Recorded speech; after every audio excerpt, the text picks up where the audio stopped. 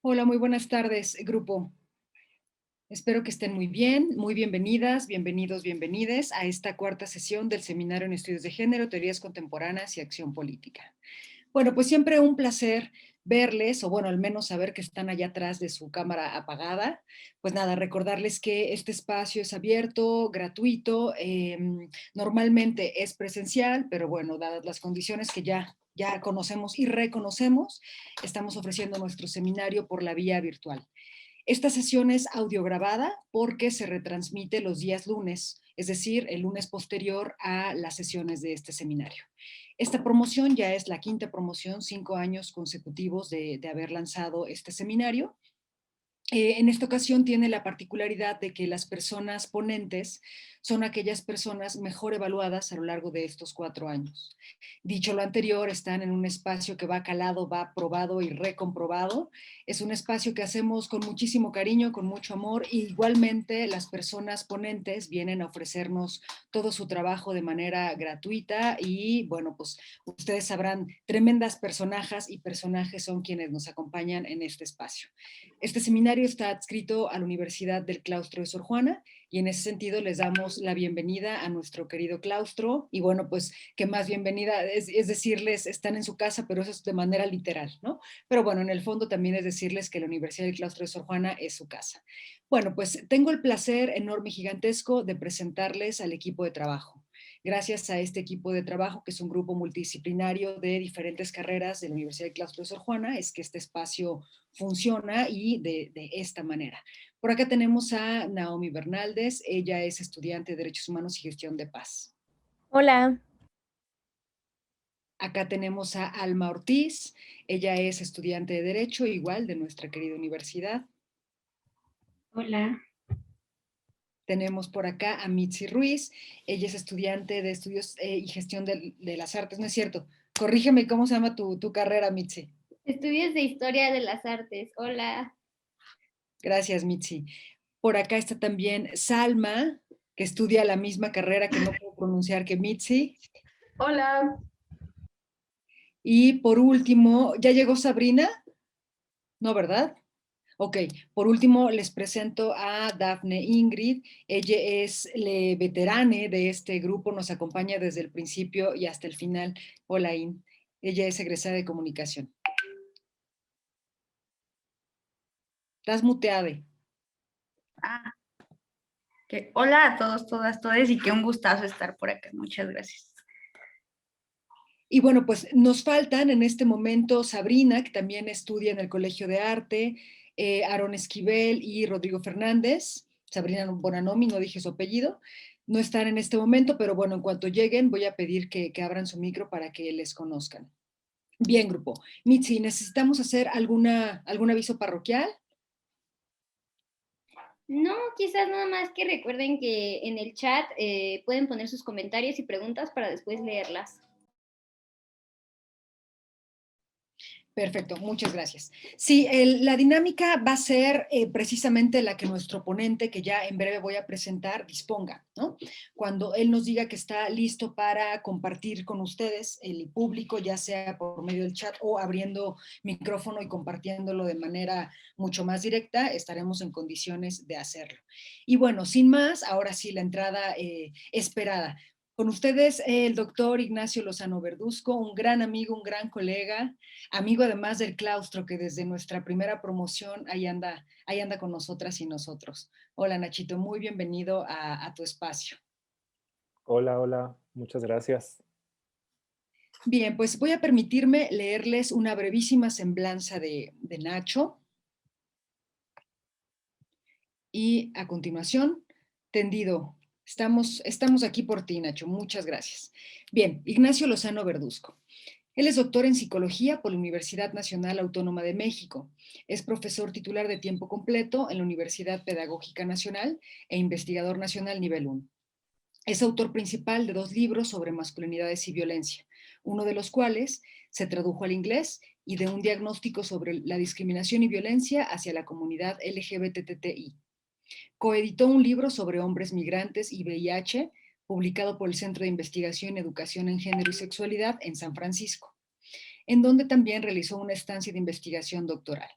Cocompiló el libro Debates y reflexiones en torno a las masculinidades en la Facultad de Psicología de la UNAM. Ha publicado más de 30 artículos en revistas indizadas y arbitradas internacionales y más de 10 capítulos del libro.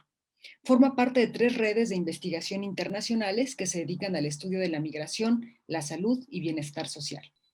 Ha participado y coordinado... Niño, fui muy grosera. Vamos apagando micrófonos, porfa. Mel, también se silenció tu micrófono. Ya estoy. A propósito de esta interrupción, grupo, a estas alturas de la pandemia ya nos falla la memoria, los nervios, el cuerpo, las computadoras. Por favor, por cada interrupción, porque ya sabemos que van a haber varias, todo mundo revisemos nuestra computadora y veamos que esté apagado y silenciado.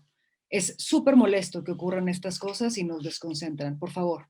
Y por respeto a las personas ponentes. Muchas gracias. Ha participado y coordinado proyectos de investigación e intervención comunitaria sobre masculinidades, violencia, homofobia, sexualidad y salud. Es responsable del cuerpo académico PRODEP, Sexualidad, Identidad y Bienestar. Es presidente de la Red Regional México, que pertenece a International Network for Queer Youth Resilience, y miembro del Consejo Ejecutivo de la Academia Mexicana de Estudios de Género de los Hombres. Su trabajo académico fue reconocido con el Premio de la Juventud del Distrito Federal en aquel entonces y fue finalista en el Premio a la Mejor Tesis de Posgrado de la Sociedad Interamericana de Psicología. Además de miren qué es la semblanza, además de este impactante currículum, grupo, yo les tengo que decir que Nacho es de las personas más comprometidas, apasionadas y congruentes que conozco en la vida. Así que para mí es un honor, además de presentarlo como un gran colega, presumir que también es un gran amigo. Y ahora sí, Nachito, pues muy bienvenido. Híjole, pues qué gran bienvenida me acabas de dar, Mel. Muchísimas gracias. Estoy muy, pero muy, muy contento de poder colaborar nuevamente con este gran seminario. 5 años se dicen fáciles, pero me consta porque tengo la gran fortuna de tener a Melissa como una muy buena amiga, que no ha sido fácil.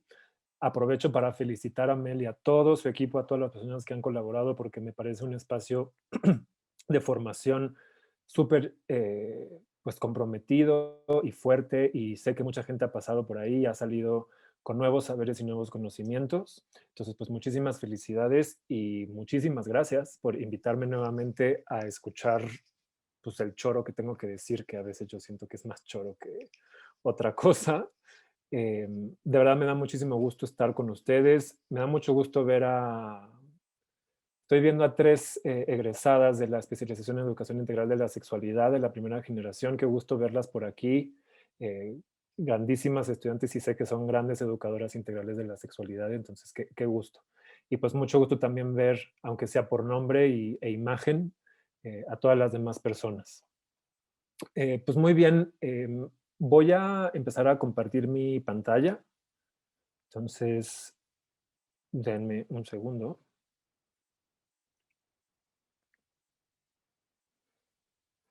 Creo que estoy compartiendo mi correo, ¿verdad? No, vemos todo en oscuro. Nomás dice Ignacio Ah, ha iniciado. No, tranquilo, tranquilo, no vemos nada. no, digo, no, Ahí. no porque puedan haber. Ok, ahora sí ya, perfecto. Ok. Bueno, pues para dar un poco inicio, tengo que confesarles que me costó algo de trabajo organizar la plática del día de hoy por varias razones. Una, sentía que ya había hablado mucho de lo mismo y en este mismo espacio, y no quiero repetir exactamente lo mismo. Digo, repetiré algunas cosas, pero no todo. Y dos, porque después de que Melissa me dio esta gran invitación, pues me sentí muy comprometido como justo a poder dar, no sé, nuevas ideas. Y lo único que se me ocurrió y me di cuenta, pero bueno, lo asumo, que puede ser un poco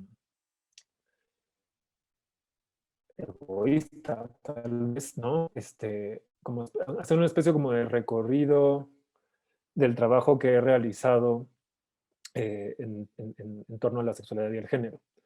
Em, lo quise hacer así para sentir que cierto poder sobre lo que estoy compartiendo, pero también porque creo que hay, hay un tránsito interesante y útil para pensar y repensar diferentes elementos eh, que pueden llegar a impactar a un montón de gente, ¿no? Si bien mi trabajo se ha centrado sobre todo en las masculinidades y en lo que podríamos nombrar diversidad sexual o LGBT, creo que de cierta forma algunas cosas de las que voy a hablar no solo aplican para estos grupos, ¿no? O sea, no solo aplican para los hombres y para las personas LGBT, sino que me interesa un poco hablar como de dispositivos políticos y socioculturales para entender las formas de regulación sobre los cuerpos, sobre la identidad y sobre los afectos.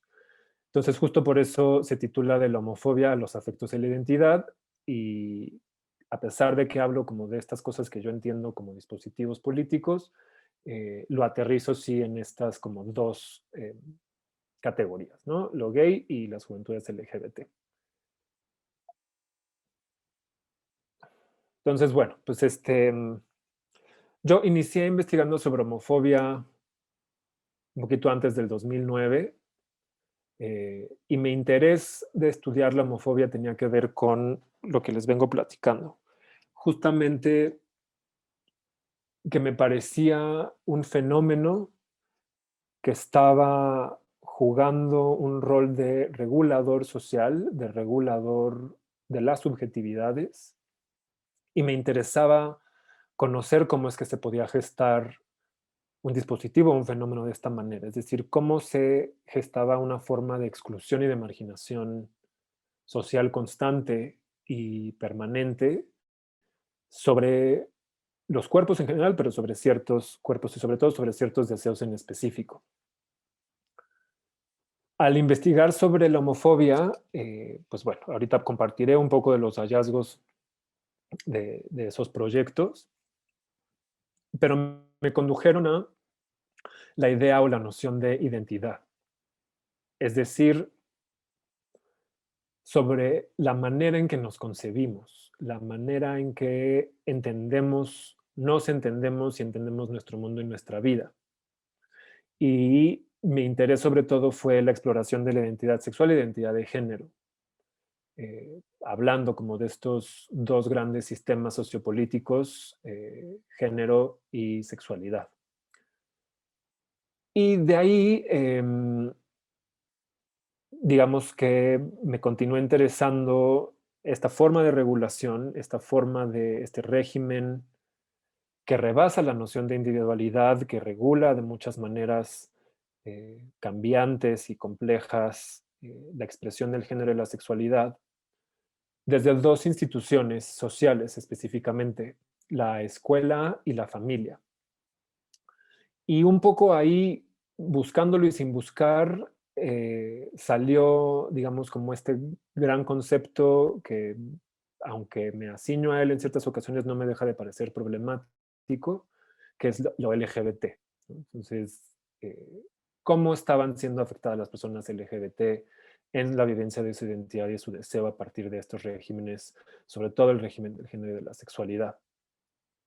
Y gracias a esa inmersión y por supuesto a producciones de colegas contemporáneos y contemporáneas, un interés muy grande de mi parte por entender la vida emocional, me topé con lo que hoy se hace, bueno, desde hace años se hace llamar la teoría de los afectos, y bueno, es un poco, qué sé yo, la hibridación en donde me encuentro ahorita, ¿no? El lugar de los afectos, en relación a la identidad y sobre todo la identidad sexual y de género y la manera en que las instituciones regulan esas identidades para construir conceptos como el LGBT.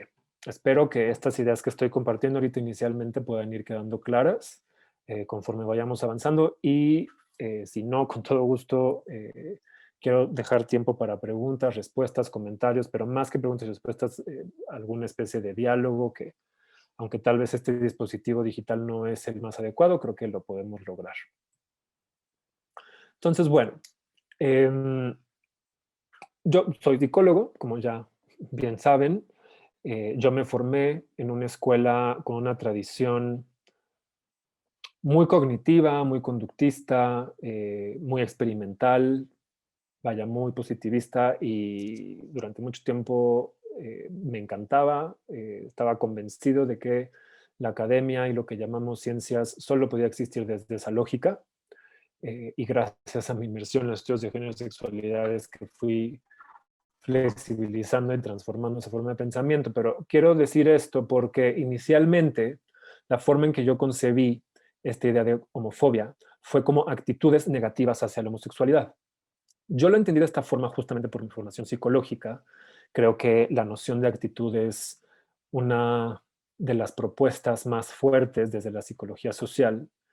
Y las actitudes en la psicología se entienden como el conjunto de conductas, cogniciones y emociones que tienen un fin valorativo de algún fenómeno, tema, espacio, persona. Entonces, a mí me interesaba conocer la manera en que las personas estaban valorando la homosexualidad y ya de entrada la idea de homofobia nos habla de cierta valoración negativa y entonces esta es la manera en que yo operacionalicé y entendí la homosexualidad. No obstante, a lo largo del desarrollo de ese trabajo, vi que la homofobia rebasaba la idea de actitudes, porque la noción de actitudes, pues, solo puede existir en tanto exista un individuo, en tanto exista una persona con un interior que se relaciona con un mundo exterior, entonces las actitudes son como un algo que se juega en nuestro interior y que expresamos hacia nuestro exterior.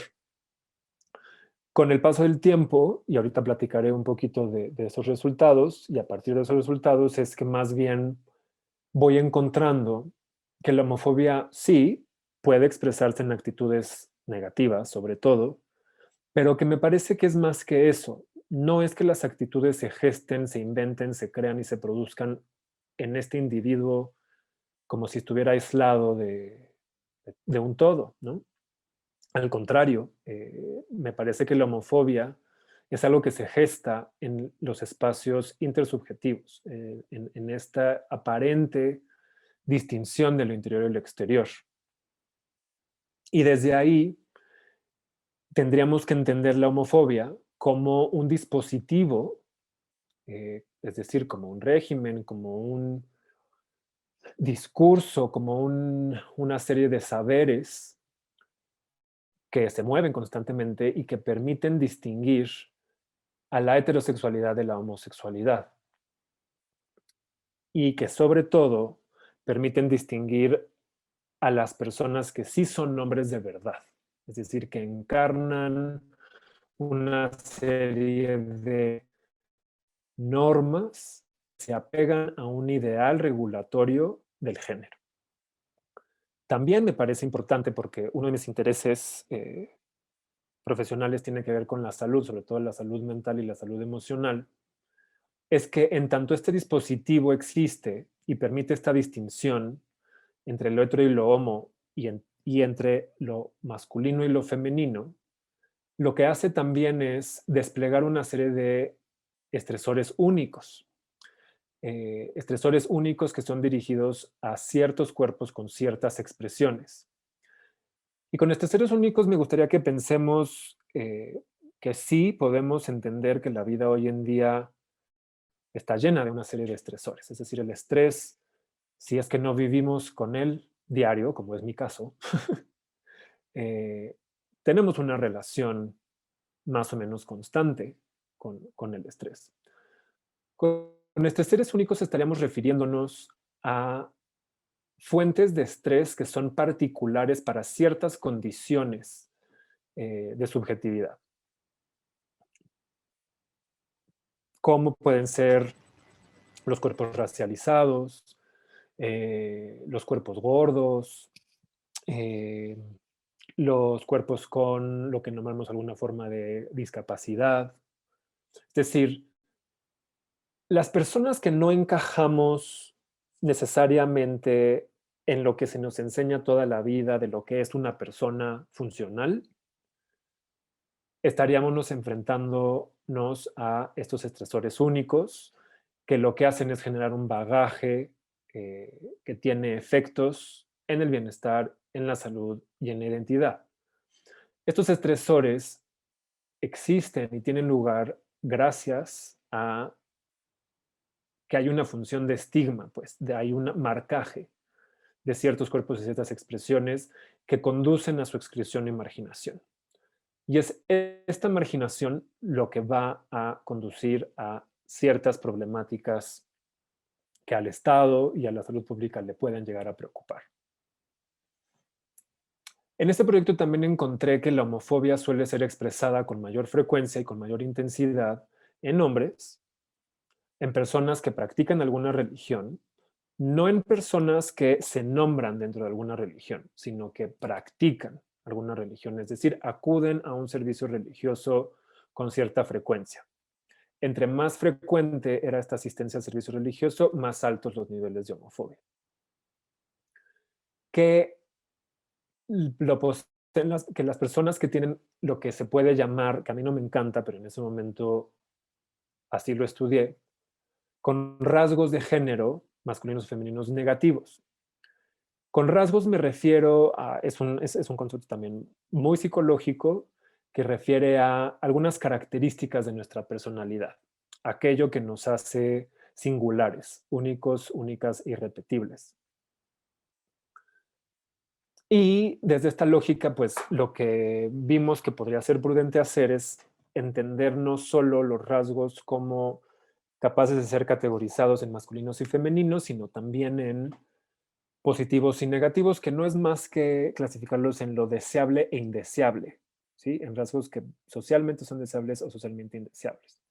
Entonces, los rasgos masculinos negativos podrían ser agresivo, violento, enojón, y los femeninos pueden ser cosas como chismoso o chismosa, quejumbroso, quejumbrosa.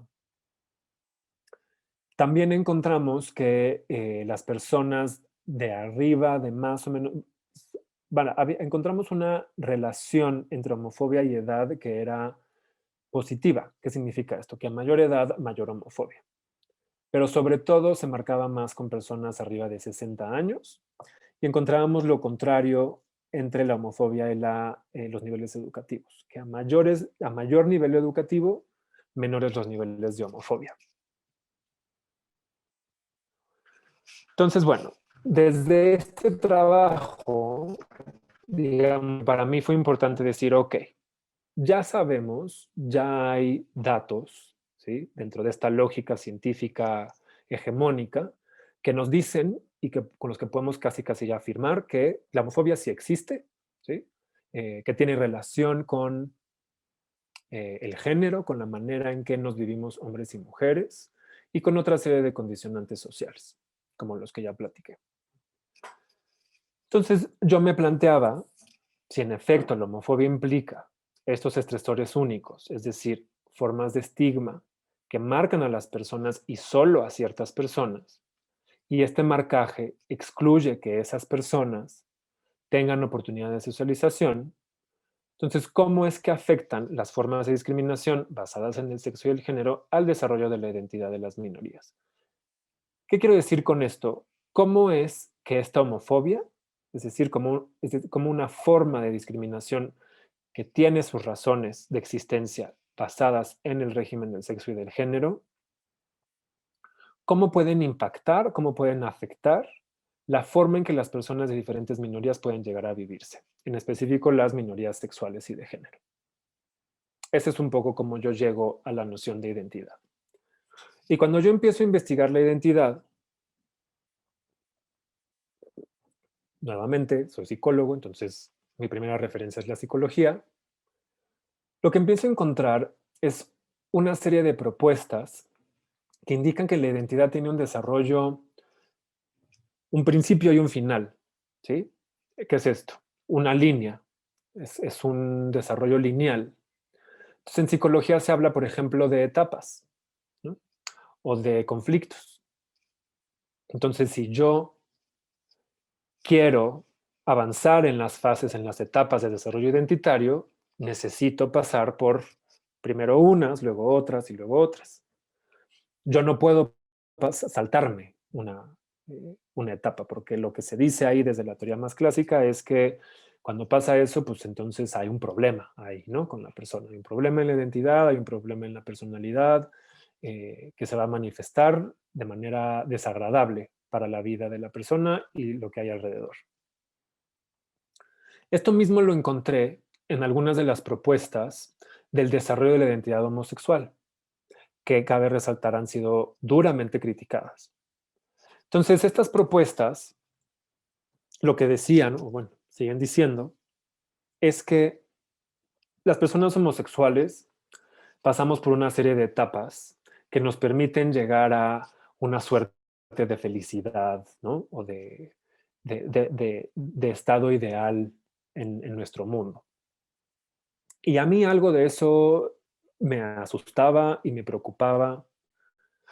Mucho de estas propuestas se resumían en que se inicia el desarrollo identitario en el reconocimiento de ser distinto, ¿no? De no ser como los demás. Y desde ahí yo decía, ¿cómo está eso, no? Porque, pues de alguna u otra forma vamos entendiendo cada quien que hay algo que nos distingue de los demás, ¿no? Sí, hay elementos que nos concentran, que nos unen, pero hay elementos que me permiten vivirme como singular. Y estas propuestas terminaban en esta famosa salida del closet. Podrán ya también imaginarse que muchas de estas propuestas, si no es que todas, venían del norte global, de países anglosajones, porque esta idea de salida del closet, pues ahí se gesta, ¿no? Y podemos también hablar un poco de este proceso, de este fenómeno que me parece súper interesante. Entonces, bueno, ahí podemos ver claramente una linealidad, también un carácter determinista, es decir, lo que te pasó por aquí va a determinar lo que te pase por acá. Patologizante justamente por esta idea de que si no se pasa por todas las etapas, entonces aparece un problema. Y que también se trata de propuestas que no tanto que vienen de la psicología, sino que se convertían en psicologicistas. ¿Qué quiero decir con esto? Que difícilmente permitían el diálogo inter y transdisciplinario, que difícilmente permitían ser criticados, criticadas, nutridas desde otras disciplinas. Y quiero dejar algo muy claro. Ha sido solamente, bueno, no solamente, en las ciencias sociales ha sido solo la psicología la que ha entendido la sexualidad no heterosexual como patología. En la sociología, en la antropología, en la historia, en otras humanidades, la homosexualidad no es concebida como una enfermedad.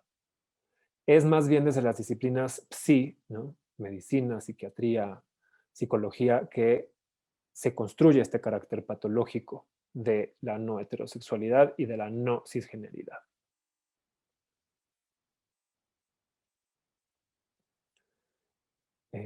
Denme un segundo porque si no, no puedo ver toda mi presentación y no quiero meter la pata. Ay, espérame. Ahí está. Entonces, bueno, continuando con esta idea de identidad, ante mi poca confianza en las pocas propuestas teóricas desde la psicología, decidí moverme a otras disciplinas, bueno, más bien, insatisfecho con estas propuestas, me fui a la psicología cultural y a la psicología social crítica, que no problematizan mucho sobre la idea de sexualidad o de homosexualidad, pero que brindan muchas herramientas para entenderlo de forma distinta a cómo lo hacía estas propuestas lineales. Y también me fui sobre todo a estudios en antropología un poco en sociología, un poquito en historia y en menor medida en la ciencia política. Y a partir de eso es que empiezo a comprender, y bueno, la filosofía también, que aquí no lo incluí. Desde estas lecturas y de estos estudios es que yo quiero proponer una cosa distinta, un piso teórico que permita comprender la identidad, y en específico la identidad homosexual en este momento del desarrollo que yo estaba haciendo, más allá de algo que podía ser potencialmente enfermo. Y empecé a entender que, sobre todo en la sociología y la antropología, la identidad se entiende como un proceso permanente, ¿sí? Y después descubrí que también en ciertas lógicas psicológicas también está, ¿no? Y eso me dio mucho gusto. Entonces, la identidad sería un proceso inacabado que contesta o que intenta contestar a la pregunta de quién soy yo. Es decir, cuando yo me pregunto quién soy o algo similar, estoy preguntándome sobre mi identidad. Y lo que yo me respondo suele responderse en una forma narrativa, ¿sí? Hacemos una narración. Entonces podríamos también entender, y se entiende esta narración, es decir, a la identidad, como una narrativa cargada de emociones que usamos para dar sentido de nosotros mismos y de nuestro mundo. Entonces, nuestra identidad es justamente aquella ficción que nos contamos para entendernos en un mundo que no terminamos de entender. Y buscamos constantemente entender nuestro lugar en ese mundo. Un mundo que además es cambiante o que puede estar compuesto por muchos mundos. Entonces, es por eso que el proceso de identidad es perenne, es permanente.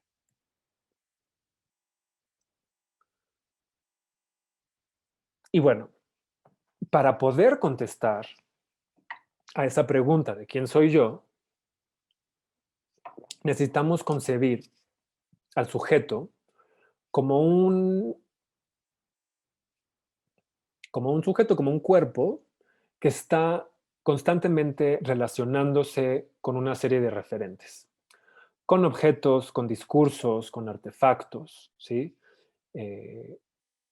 Y como lo decía, que en tanto cuerpo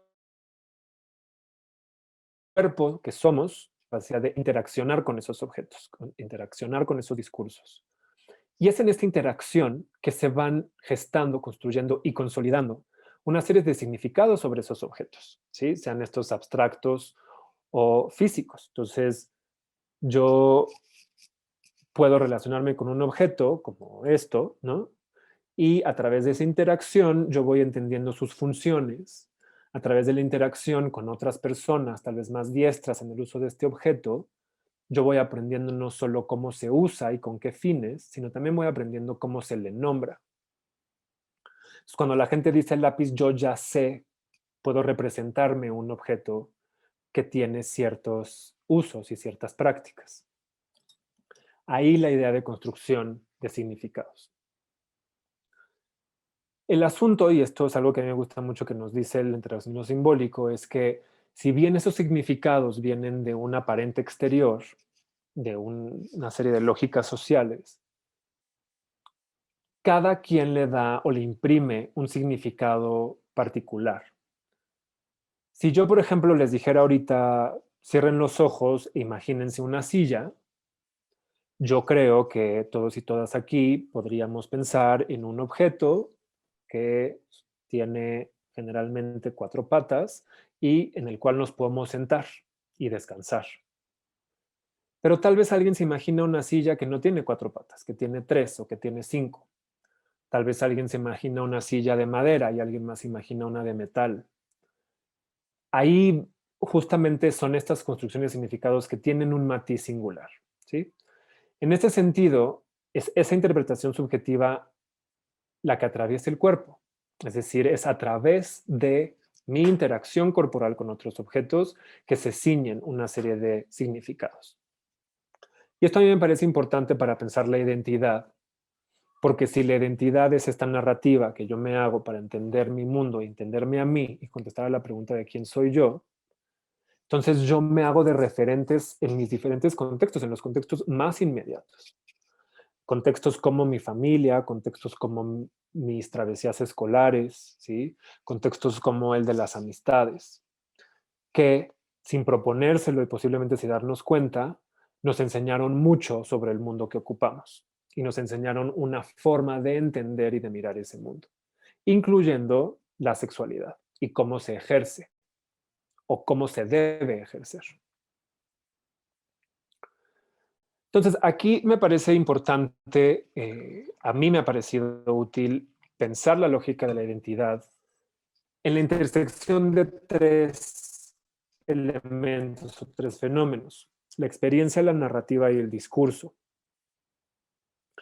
La experiencia yo la estoy entendiendo como, aquí me ciño mucho de las propuestas feministas, como un modo de acción que involucra lo emocional y lo cognitivo, ¿sí? Es una serie de saberes que no solo radican en la razón.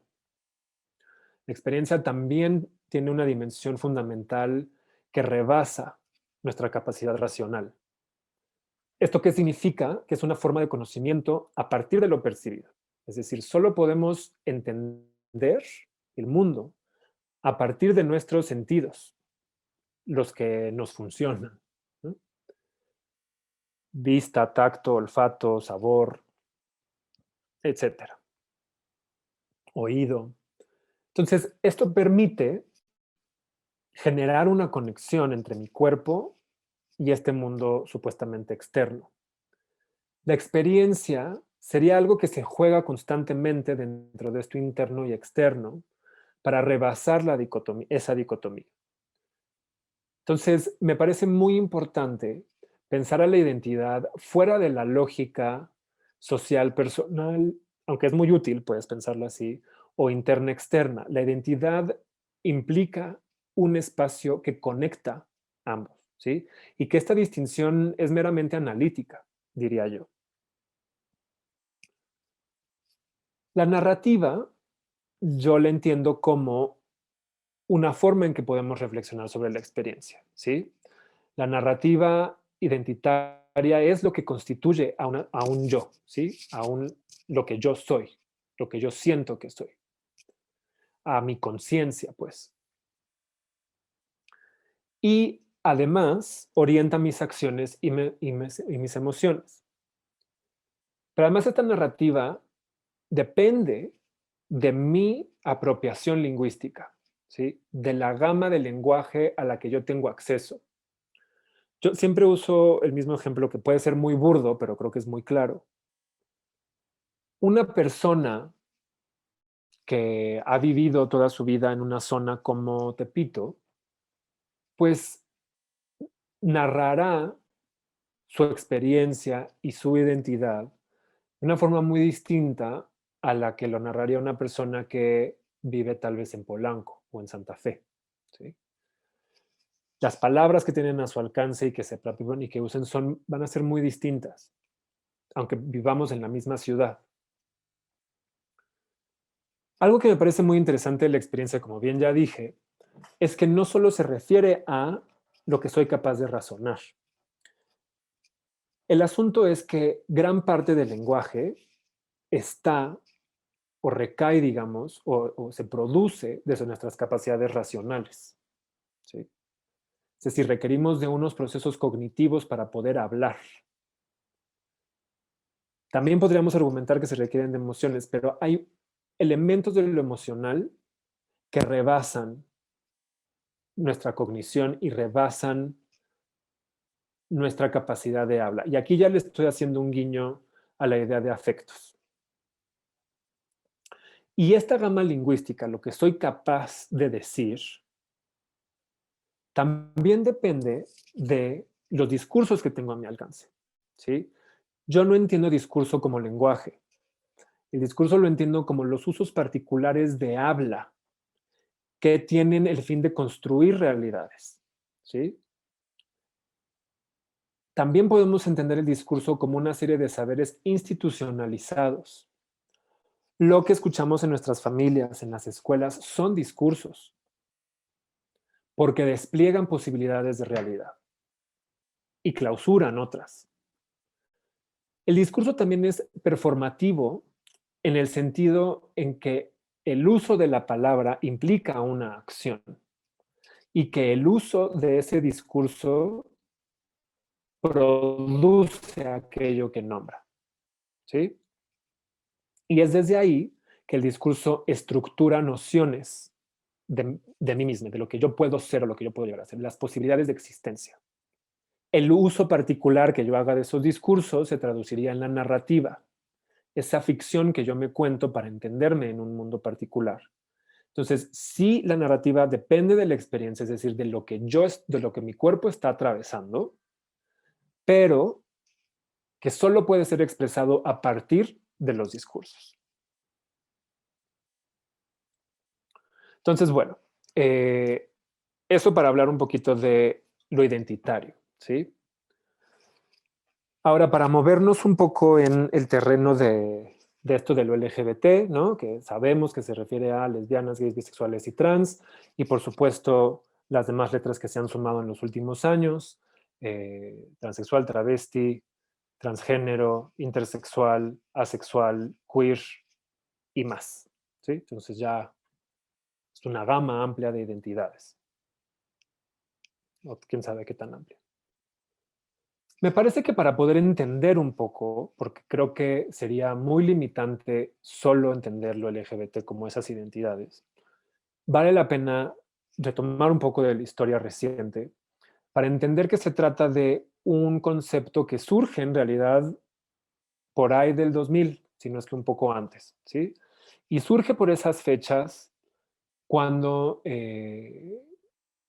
a ver, sucedían muchas cosas, como siempre. Ya estábamos muy adentrados en una lógica neoliberal de compartir informaciones y saberes saberes que cruzan fronteras.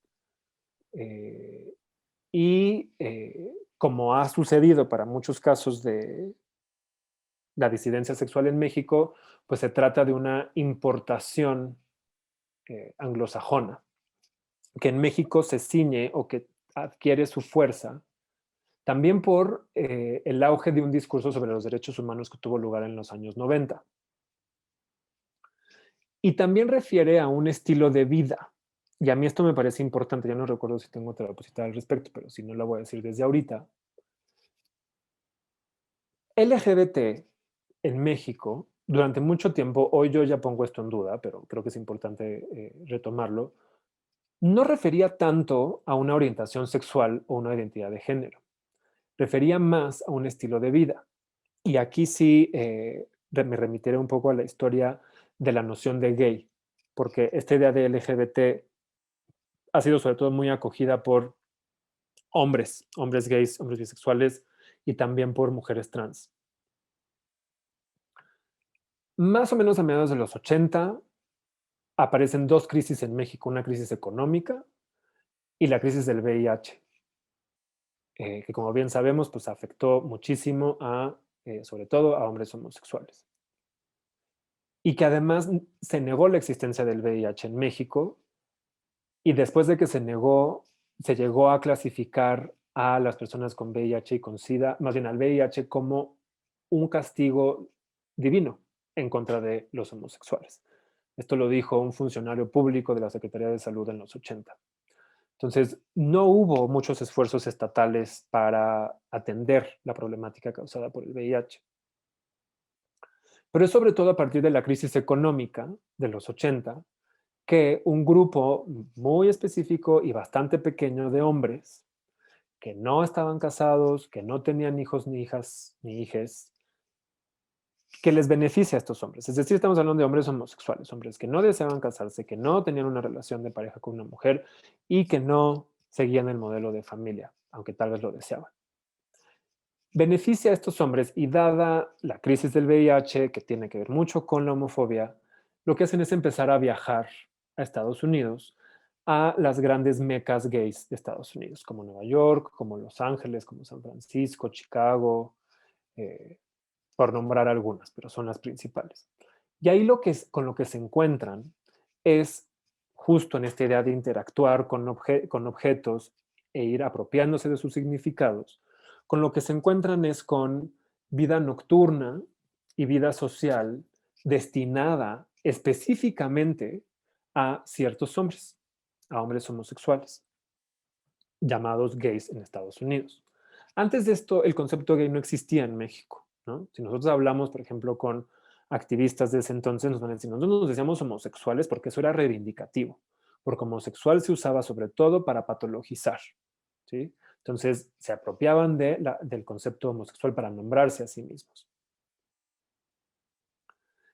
Estos hombres que viajan a estas mecas gays en Estados Unidos y usan estos espacios de recreación de vida nocturna, pues no solo se encuentran o no solo interactúan con otros hombres homosexuales que viven abiertamente homosexuales, sino que se encuentran con un estilo de vida marcado por ciertas lógicas de consumo. El consumo de cierta música, el consumo de cierta ropa, el consumo de ciertos cuerpos, de cierta estética, ¿sí? Y eso es lo que traen a México y empieza a expandirse cada vez un poco más. Y en los 80 hay una expansión muy grande de la vida nocturna, sobre todo gay, ¿sí? Hago el énfasis en gay porque las lesbianas han tenido muy pocos espacios de recreación, ¿no? En la vida social en México, aunque también participaban de este auge de vida nocturna, que un poco replicaba y espejeaba el estilo de vida que se encontraban en Estados Unidos. Pero bueno, eso se fue expandiendo con el auge de los discursos humanos. Las personas trans tienen un concepto que pueden usar para nombrarse, que está más allá de vestida, ¿no? O loca, y que sí refiere un poco al campo médico, pero que el campo médico, por lo menos el sexológico en México, ha sido súper útil para el activismo LGBT. Y entonces se transforma, se expande para no solo referir a un estilo de vida, sino también a una forma de reconocer identidades. Bueno, pues miren, aquí lo tenía. Ya lo tenían 2 años y todo. Lo voy a resumir porque ya hablé un poquito de eso. Entonces, podemos decir que la idea de la diversidad sexual, pero sobre todo homosexualidad, inicia con un movimiento social pre-década de los 70 del siglo XX. ¿Sí? Incluso hay quienes lo señalan que se gesta, ya está la película de baile de los 41, ¿no? Más o menos por esas épocas, pero sobre todo en los 40 y 50 que un grupo de intelectuales empieza a reunirse identificándose con un deseo erótico por personas del mismo sexo, y después eso se transforma no solo en reuniones que tienen esos fines de exploración sexual, sino también una especie de memorial de agravios donde se empieza a socializar y hablar de los malestares que se viven como una persona abierta, bueno, una persona homoerótica.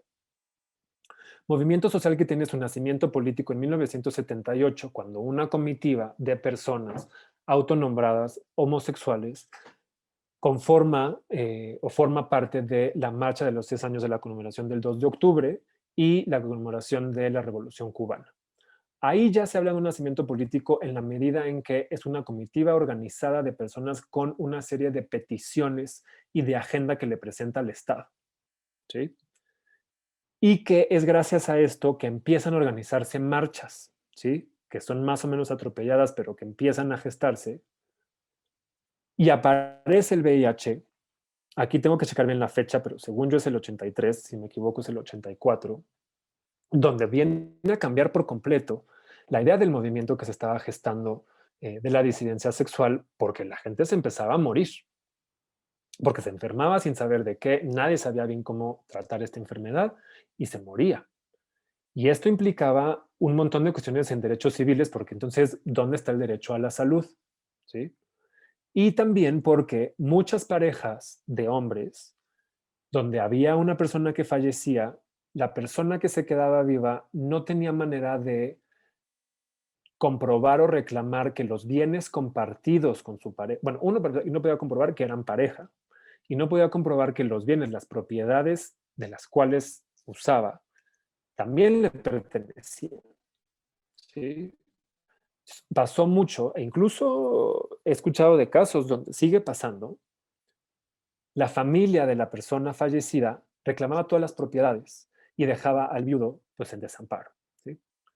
Ya les platiqué el asunto de la crisis económica, del estilo de vida que se importa más o menos entre estos años.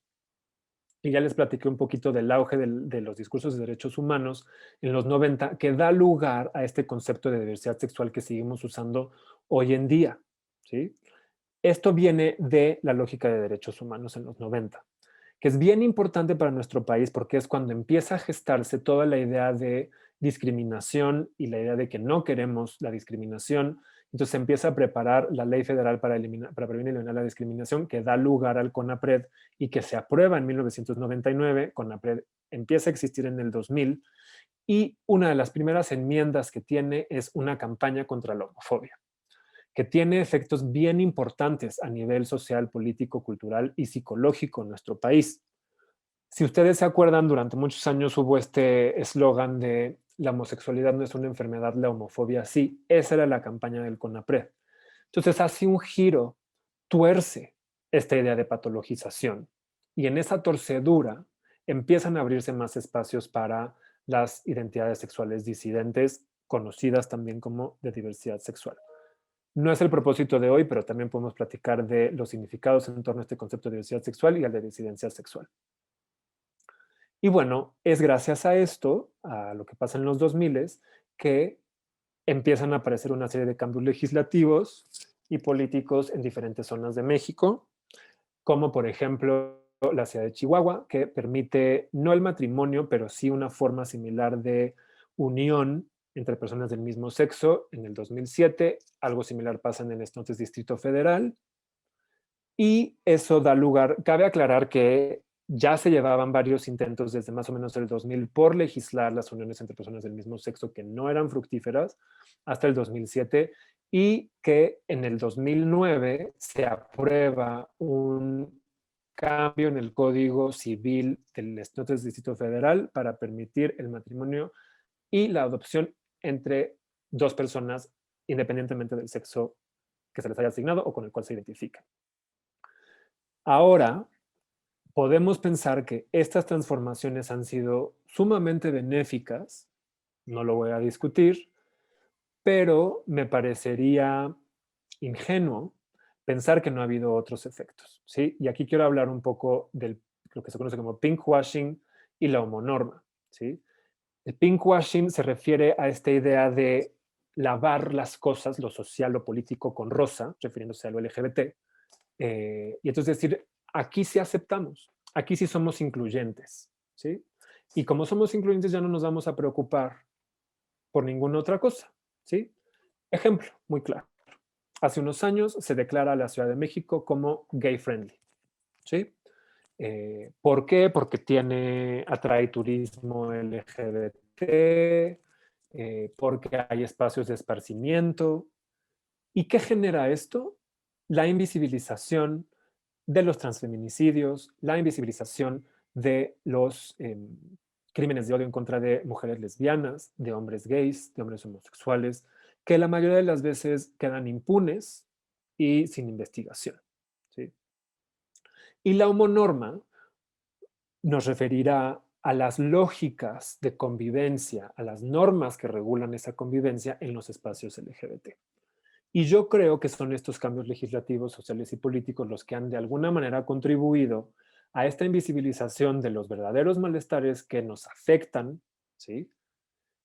Que también son reproducidos en las mismas comunidades LGBT, ¿sí? Entonces, entre hombres homosexuales gays es muy común escuchar o denigrar al hombre afeminado, por ejemplo, ¿sí?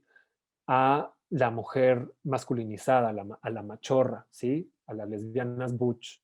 Y no solo entre hombres gays y homosexuales, también entre las mujeres lesbianas podemos escuchar esto. Y aquí es cómo se están expresando y cómo están actuando una serie de normas que lo que hacen es reproducir la misma exclusión que excluye a la disidencia sexual. Entonces, no quisiera que seamos ingenuos, ingenuas con esto que nos han vendido como avances, ¿sí? Entonces, bueno, un poco retomando entonces esta idea de lo LGBT, hoy en día creo que podemos definir o intentar definir lo LGBT como aquel concepto que reúne identidades sexogenéricas fuera de la heterosexualidad y de la cisgeneridad que son aceptadas actualmente, ¿sí? Es decir, de alguna manera la identidad lésbica, la identidad gay, la identidad bisexual y la identidad trans gozan de alguna forma de aceptación, por lo menos en ciertos espacios. No quiero con esto decir que no hay exclusión, por supuesto que la hay, y hay una exclusión muy violenta. Pero esto significaría que estamos hablando de identidades que están en la intersección de la sexualidad y del género. Y eso nos implicaría, si estamos entendiendo la identidad como el cruce de los discursos, las experiencias y la narrativa, a mirar justamente aquellos discursos que gobiernan los cuerpos. Y yo me quiero referir a dos, al sistema de género y al sistema sexual, ¿sí? Y yo definiría el sistema de género como un sistema patriarcal y al sistema sexual como un sistema sexual heteronormativo. Con sistema de género, yo voy a retomar la definición de Gail Rubin, que a mí en lo personal me gusta mucho, la encuentro muy útil, y que ya simplemente, nada más voy a retomar esta frase, entiende como las disposiciones a través de las cuales transformamos la sexualidad biológica en productos de la actividad humana. Incluso en este texto ella dice, ¿cómo es que entendemos a una mujer o entendemos a una conejita de Playboy? No es lo mismo, ¿sí? En México podemos pensar, por ejemplo, en todas las representaciones de las mujeres en el cine, ¿sí? Los análisis cinematográficos lo que nos dicen es que en el cine mexicano se representan dos mujeres, a Eva y a María. A María, la madre sacrificada, que da las cosas por sus hijos y por el bienestar de la gente que le rodea, o Eva, que traiciona esas normas y que es excluida y castigada. Son estas relaciones las que definen la sexualidad y muchas veces la identidad sexual. Con el sistema sexual me voy a referir a los discursos que apelan a solo dos géneros naturales y aparentemente complementarios entre sí. Y al ser naturales y complementarios, estos dan lugar a una sola orientación sexual, que es la heterosexual. Cathy Cohen además dirá que la heteronormatividad implica prácticas localizadas, disculpen los dedazos, e instituciones centralizadas que legitiman la heterosexualidad. Y aquí apelo nuevamente a una noción performativa. Si quieren más adelante retomamos un poco lo performativo. Pero se trata de repeticiones, ¿sí? De prácticas locales repetidas que legitiman a la heterosexualidad como la única sexualidad posible de encarnar. Y es a través de esta repetición que se logra esa legitimización y ahí parte de su carácter performativo. Entonces, bueno, con esta idea de sistema sexogénero, ¿no? Como para unir estos dos regímenes, es este sistema, es decir, este discurso, este dispositivo discursivo, lo que nos hace entendernos como cuerpos inteligibles, es decir, como cuerpos reconocidos. Y para eso tenemos que entrar en uno de dos sexos, en uno de dos géneros y en una de dos orientaciones sexuales. Me parece que en los últimos años estamos viendo torceduras a esto, ¿sí? Y que yo diría que en México están tomando lugar en ciertos espacios, sobre todo los urbanos. Y eso me recuerda que algo que no dije sobre lo LGBT, que refiere a un estilo de vida que es urbano y clase mediero. En los últimos, yo creo, 5 a 10 años hemos visto cambios en eso. Hemos visto cómo en diferentes espacios semirurales o rurales ya se empieza a usar esta idea de LGBT, ¿no? Podemos ver, por ejemplo, a grupos de mushes que se abanderan bajo la redundancia, la bandera del arco iris, entre otros ejemplos. Yo entendería este sistema sexo-género como formas de interacción que se institucionalizan y repiten constantemente para privilegiar a los cuerpos con pene, basándose en la supuesta necesidad de reproducción humana. Aquí yo pongo entre paréntesis esta idea de que solo los cuerpos con pene o son solo los cuerpos hombre. Ahí yo abro un interrogante que no he podido resolver. No me queda claro, si les soy honesto, si este sistema solo privilegia a los hombres o a los hombres con pene. ¿Sí? No lo tengo claro y por eso lo quiero dejar como interrogante. Pero bueno, para mí eso me conduce a las preguntas de qué nos hace hombres o qué nos hace mujeres, ¿sí? ¿Qué y cómo se define nuestro sexo? Porque parece que es algo que damos por sentado, ¿sí? Que construimos esta narrativa de manera contundente para decir sí, soy hombre o soy mujer, ¿sí? Y también preguntarnos, pues, ¿dónde y qué aprendo en torno a este ser hombre o ser mujer? Un poco para contestar esas preguntas, en un segundo porque se me secó la boca.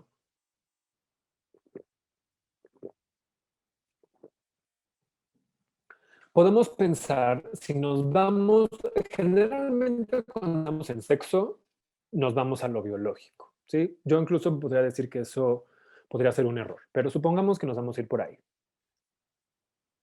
Bueno, entonces, desde la biología de la medicina se dice muy claramente que hay 5 sexos distintos: el cromosomal, el gonadal, el hormonal, el cerebral y el genital. En teoría, cualquier médico o médica que reciba a un nuevo ser humano en este mundo tendría que revisar si hay una congruencia entre estos 5 tipos de sexo. Ujú. Pero bueno, generalmente no se hace. Lo que se hace es, se mira la apariencia de los genitales, ¿sí? Cuando se distinguen genitales o hay genitales que se nombran claramente distinguibles, se atribuye que esos genitales fueron construidos y desarrollados gracias a la existencia de ciertas gónadas, es decir, de ciertos órganos que producen las hormonas llamadas sexuales, que a su vez existieron gracias a un par cromosomal. ¿Qué significa esto?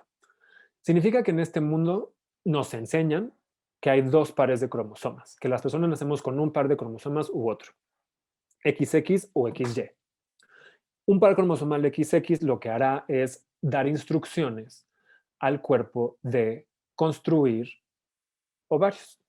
Ovarios que van a producir estrógenos y progesterona, y al bañar al embrión y al feto en estas hormonas, producirá un genital, es decir, una vulva, ¿sí?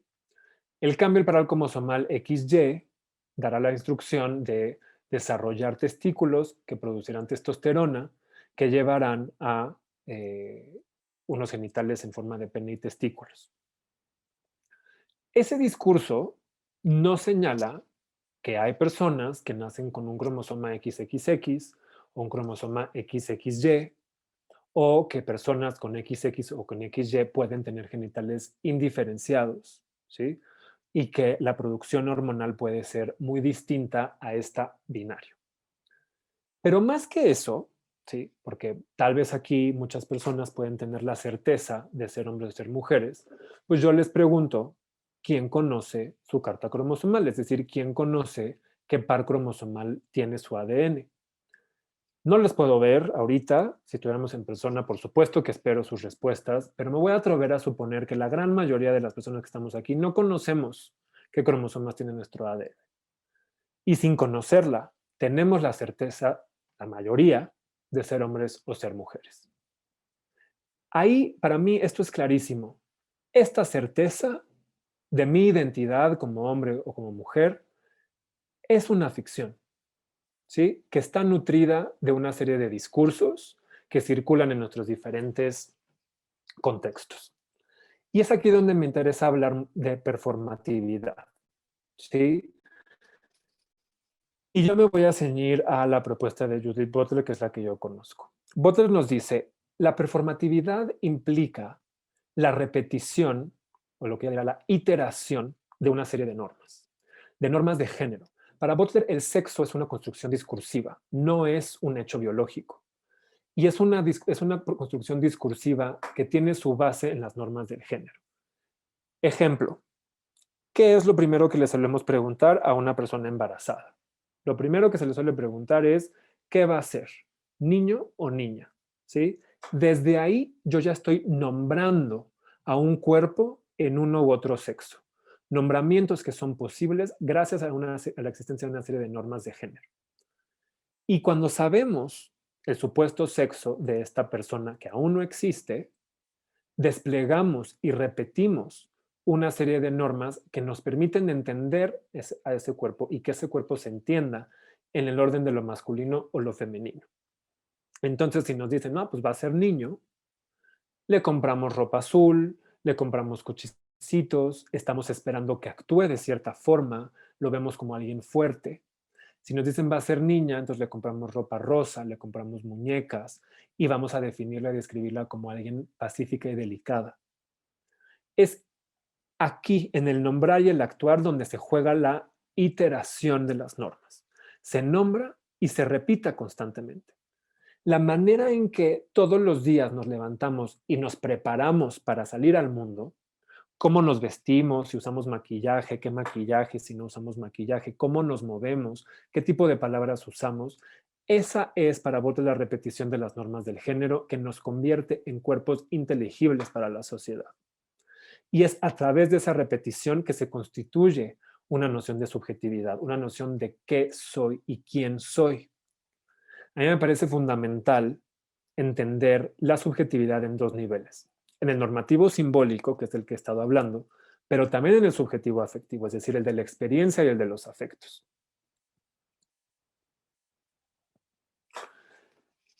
Como están viendo, estoy como yendo y viniendo entre diferentes conceptos porque se van tejiendo. Quiero ser muy claro como en este tejido. Retomando un poco lo de lo LGBT.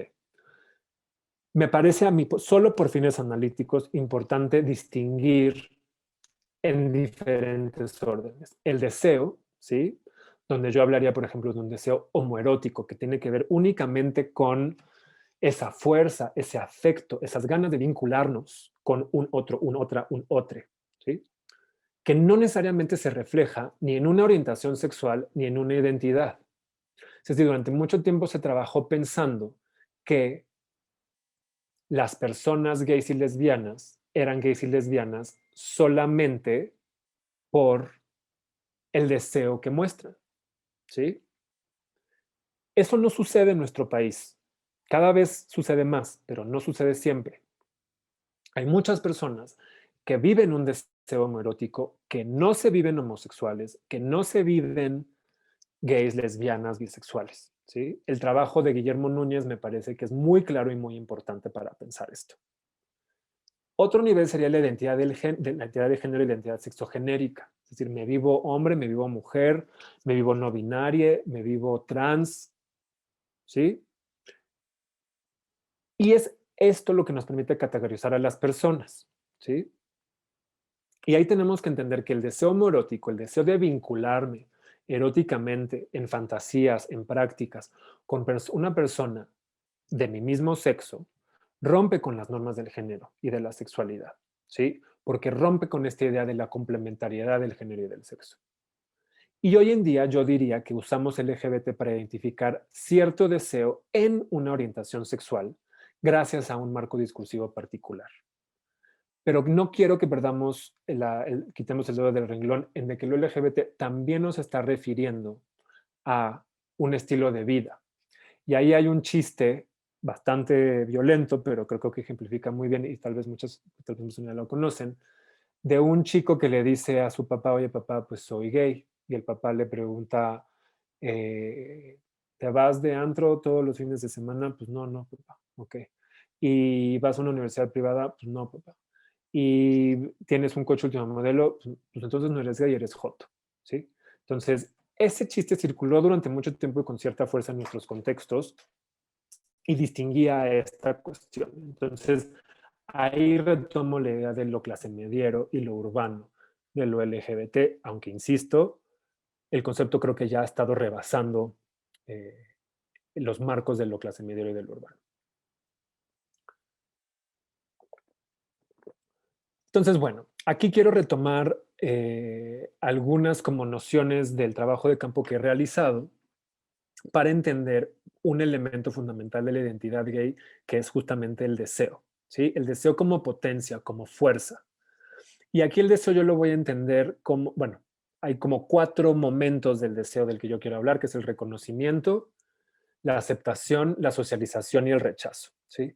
Entonces, en el reconocimiento de un deseo homoerótico, las personas decían cosas como lo que decía David, que se trataba de un impulso muy básico, perdón, lo que dice Mario, orientado a una sensibilidad femenina que no tenía que ver con lo erótico. O David que decía, no sé cómo explicarlo, era una afectación.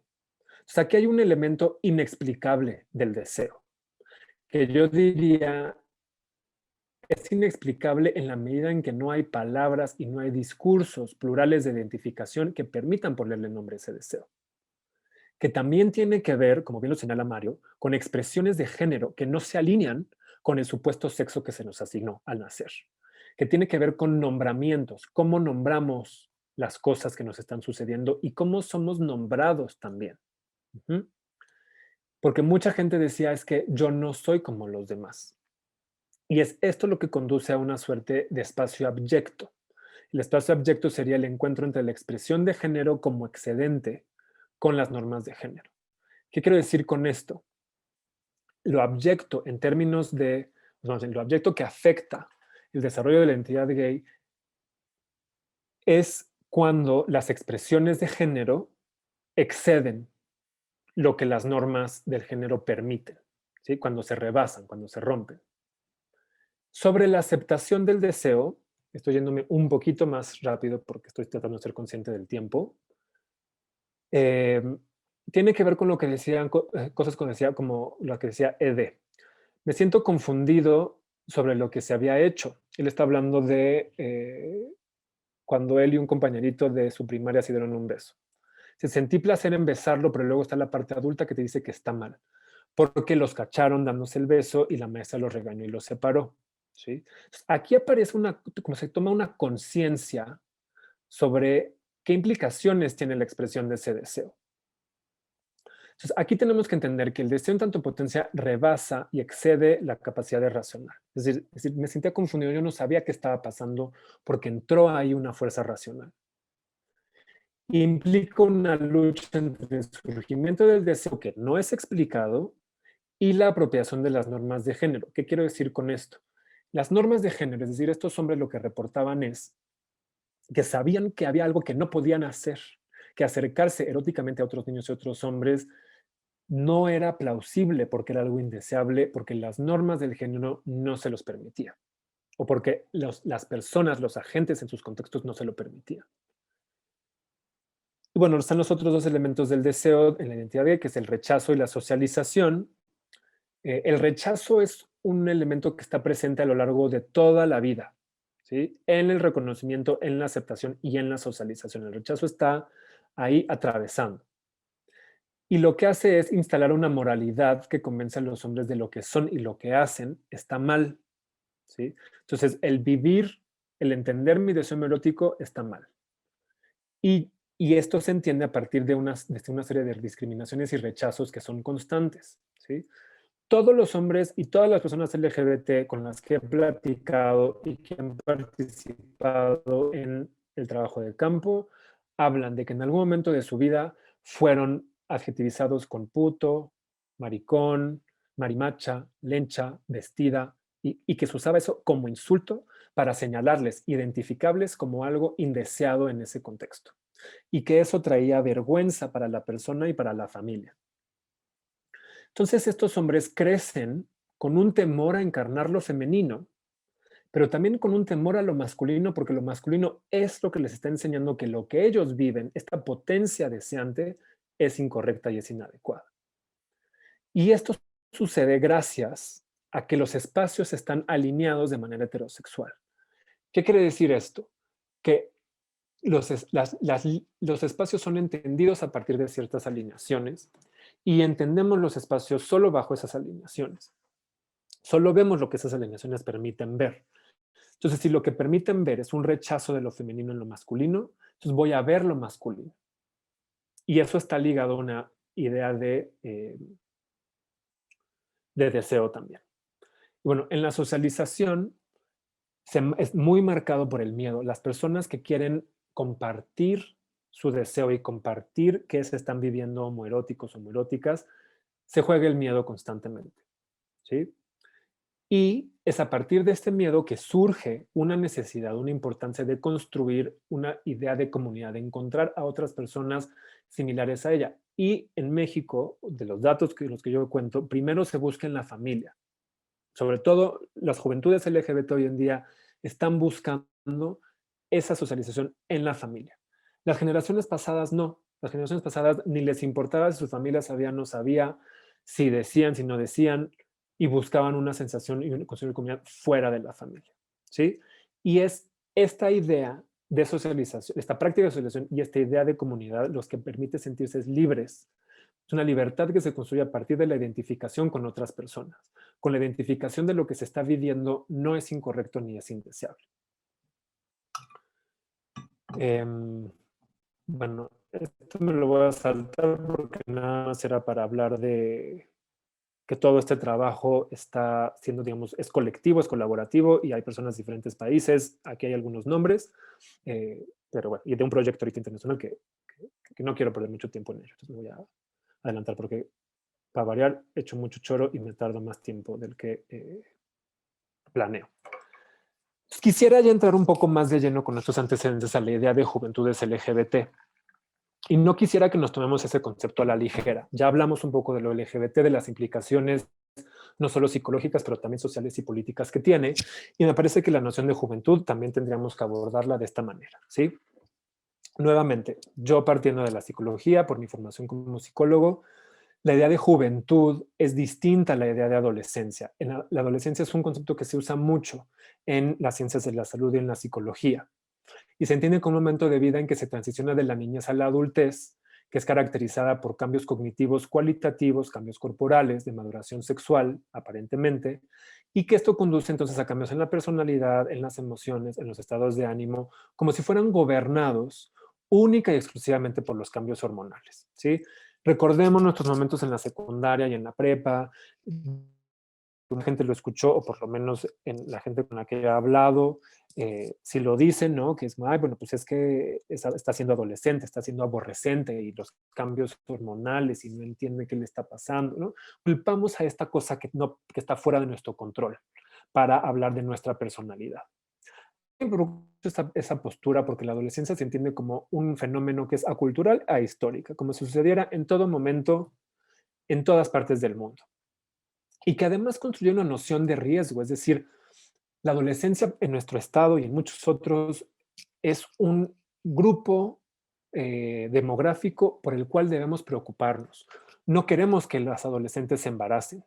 No queremos que los y las adolescentes dejen la escuela. No queremos que las y los adolescentes consuman drogas. Entonces tenemos que ahí invertir una serie de recursos para limitar esto. Entonces ahí aparece una noción de adultocentrismo muy importante, porque estamos definiendo este momento de vida desde nuestro lugar como adulto. A diferencia de la adolescencia, la juventud se entendería como una condición de vida que está marcada no solamente por una cuestión corporal, alejado de ello, más bien por realidades sociales y políticas, ¿sí? Entonces, por ejemplo, Rosana Reguillo habla de la condición juvenil como una condición donde hay una limitación de capital cultural, de capital social, de capital económico, ¿sí? Aparecen en años recientes la idea de los y las ninis, ¿no? No porque no quieran estudiar y no quieran trabajar, sino porque no hay posibilidades de educación y de desarrollo laboral para estas juventudes, lo cual implica una lógica de precariedad, y acerca a las juventudes a un mercado informal y muy posiblemente delictivo. Y que desde esa lógica entonces está marcada por la inestabilidad y la culpa. ¿Culpa por qué? Por lo que Margulis y Urresti hablan de una moratoria social. Es decir, a la juventud se le exige que cumpla con ciertos hitos en cierto tiempo. Se nos promete que si yo acabo una licenciatura voy a tener más posibilidades de desarrollo personal, profesional y laboral. Y si hago una maestría todavía más. Y si hago un doctorado todavía más. Lo que estamos viendo es a una gran cantidad de profesionistas, de maestros, maestras, doctores y doctoras que no pueden insertarse al mercado formal, ¿sí? Y entonces se nos vende la idea de que si yo cumplo con estas cosas, que se me está dando la oportunidad de tener estas cosas, entonces yo termino siendo joven pero adeudado, ¿sí? En una deuda social. Porque a mí ya la sociedad me brindó esta educación y yo qué le voy a regresar a la sociedad.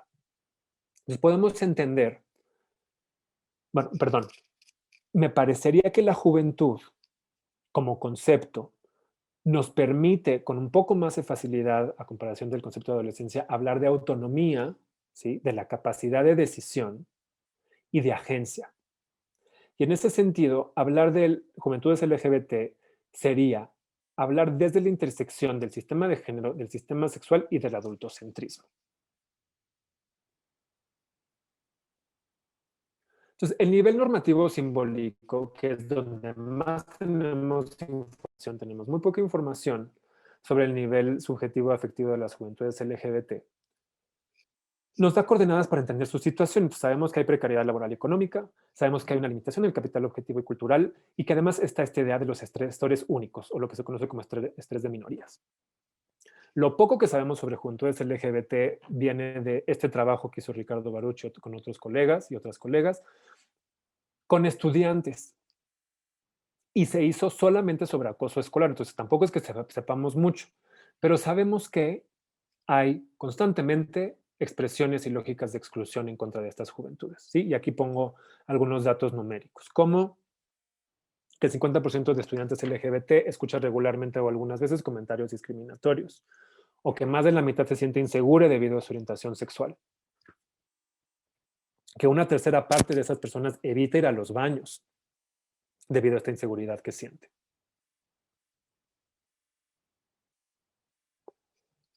Aquí les presento algunos datos, narrativas de un proyecto que hicimos en escuelas para entender un poco cómo se está percibiendo y cómo se están viviendo las juventudes LGBT.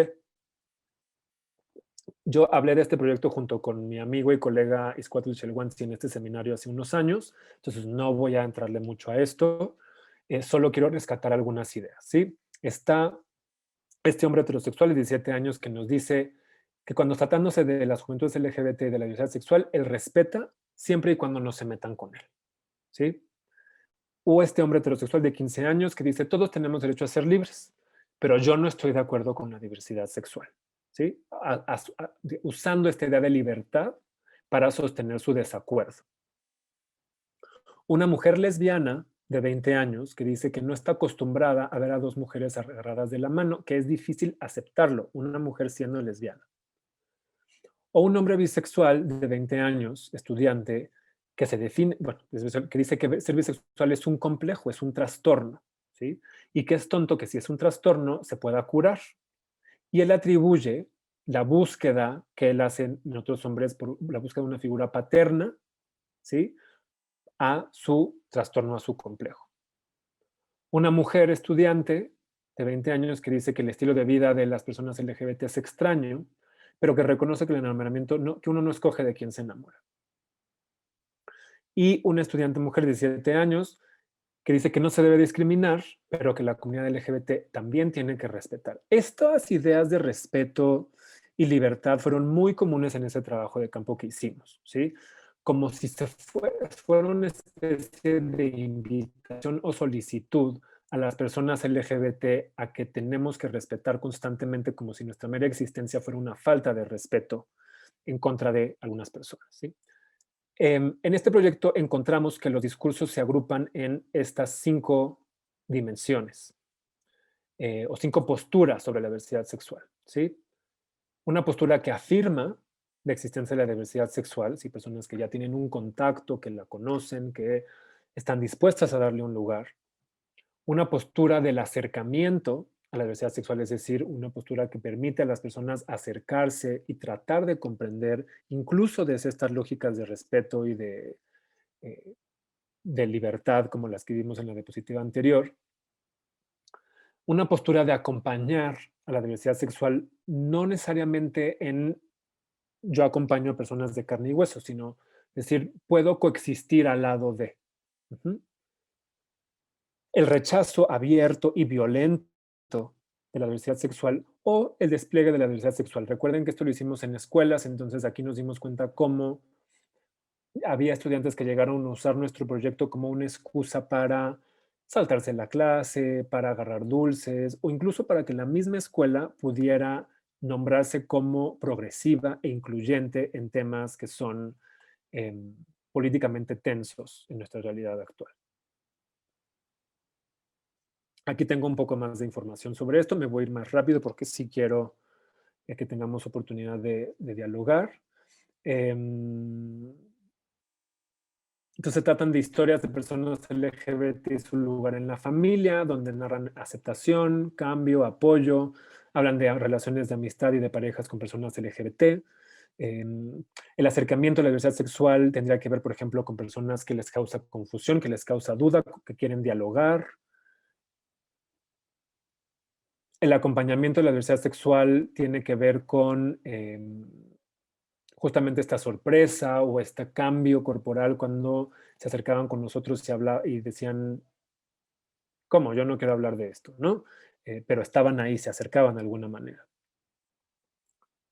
El despliegue ya lo hablé, y el rechazo, pues bueno, nos encontramos con vandalismo, con violencia, y estas violencias tenemos que enmarcarlas en su momento, cuando Enrique Peña Nieto anuncia cambios en el Código Civil Federal para que personas del mismo sexo puedan casarse y adoptar, parejas del mismo sexo, perdón, y haya un reconocimiento de la identidad trans a nivel federal, y esto, bueno, tiene como consecuencia un montón de rechazos, se crea el Frente Nacional por la Familia y el uso de la esvástica. Y esto es importante porque en el vandalismo que vivimos se dibujó una esvástica, ¿sí? Entonces, aquí hay como algo contextual que nos ayuda a entenderlo. El otro proyecto del que quiero hablar, y con esto ya voy a cerrar, le llamamos hacia la libre expresión del deseo y de la identidad, y sí fue específicamente con jóvenes LGBT en 3 ciudades de México, en Monterrey, Mérida y Ciudad de México. Llevamos a cabo grupos focales y entrevistas donde preguntamos cosas de relaciones sociales, de pareja, familiares, amistades, preguntamos sobre discriminación, sobre formas en que afrontaban esta discriminación, sobre la forma en que vivían su deseo y su sexualidad, y sobre el uso de las tecnologías y de la información y la comunicación. Tuvimos 75 participantes, como pueden ver aquí. Las distribuciones estuvieron más o menos equitativas entre las 3 ciudades y las identidades. Los grupos focales fueron pensados, unos para mujeres lesbianas y bisexuales, otros para hombres gays y bisexuales, y otros para personas trans. Los grupos trans fueron difíciles de llevar a cabo, tuvimos poca convocatoria, entonces ahí optamos por hacer entrevistas, y tuvimos mucha dificultad en encontrar a mujeres bisexuales y lesbianas en Monterrey, entonces también hicimos entrevistas porque no llegaron a nuestro grupo focal. Y bueno, en algunos lugares repetimos el grupo focal, sobre todo para personas trans, porque llegaban pocas personas, queríamos más, entonces hicimos uno segundo. Y bueno, estos son algunos de los temas que encontramos. Perdón que esté en inglés, es información que usé para un congreso internacional, esto tiene que ser en inglés. Una categoría importante es la discriminación y la violencia, donde encontramos diferentes formas de violencia, las fuentes de quien ejercía la violencia, la interacción entre la violencia y la discriminación con la identidad sexual, con la identidad de género y la orientación sexual, el valor, el autovalor, digamos, la autopercepción atribuida desde la lógica de la violencia y la discriminación, ¿no? Entonces, cosas como aquí una mujer nos decía, perdón, un hombre trans nos decía que en su experiencia la gente escucha hablar a un hombre trans y piensan que somos un fetiche. Entonces, cuando realmente nos conocen, como que no entienden.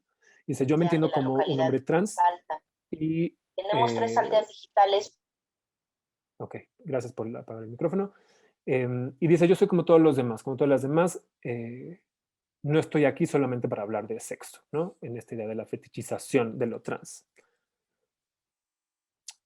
Otra categoría era la de afrontamiento, el coping, ¿no? Que tiene que ver con identificar emociones, los mecanismos de afrontamiento. En psicología se habla de diferentes mecanismos de afrontamiento, y aquí una persona decía, pues se trata de buscar nuestras armas y decir, lo que tú estás diciendo no está bien, y aquí está la prueba, y si no cambias después de eso, entonces tú vas a tener el problema, tú eres la persona del problema. Otra categoría fue justamente la de identidad, orientación sexual e identidad de género. Aquí hablamos de expresiones del deseo. Por ejemplo, esta chica lesbiana que nos dice, yo sabía que me gustaban las niñas toda mi vida, pero no fue hasta la prepa que yo me obsesioné con la que ahora es mi mejor amiga. Pero no sabía cómo nombrar eso. Como dijo Maui, que fue otra chica que participó, no aprendemos cómo nombrarnos. Y no sabemos y no aprendemos que una mujer puede amar a otra mujer. También aparece el rechazo del deseo, ¿sí? Donde otra participante dice, hubo un tiempo donde yo pensaba, yo no puedo estar con una mujer, y rechazaba mi realidad. Otro código que tenía que ver con cómo se nombraban, ¿sí? Los movimientos y los cambios. Por ejemplo, aquí es más o menos común ver cambios de personas que se identificaban como bisexuales y hay una transformación a asumir una identidad gay, una identidad lésbica, que tenía mucho que ver con los conocimientos institucionalizados.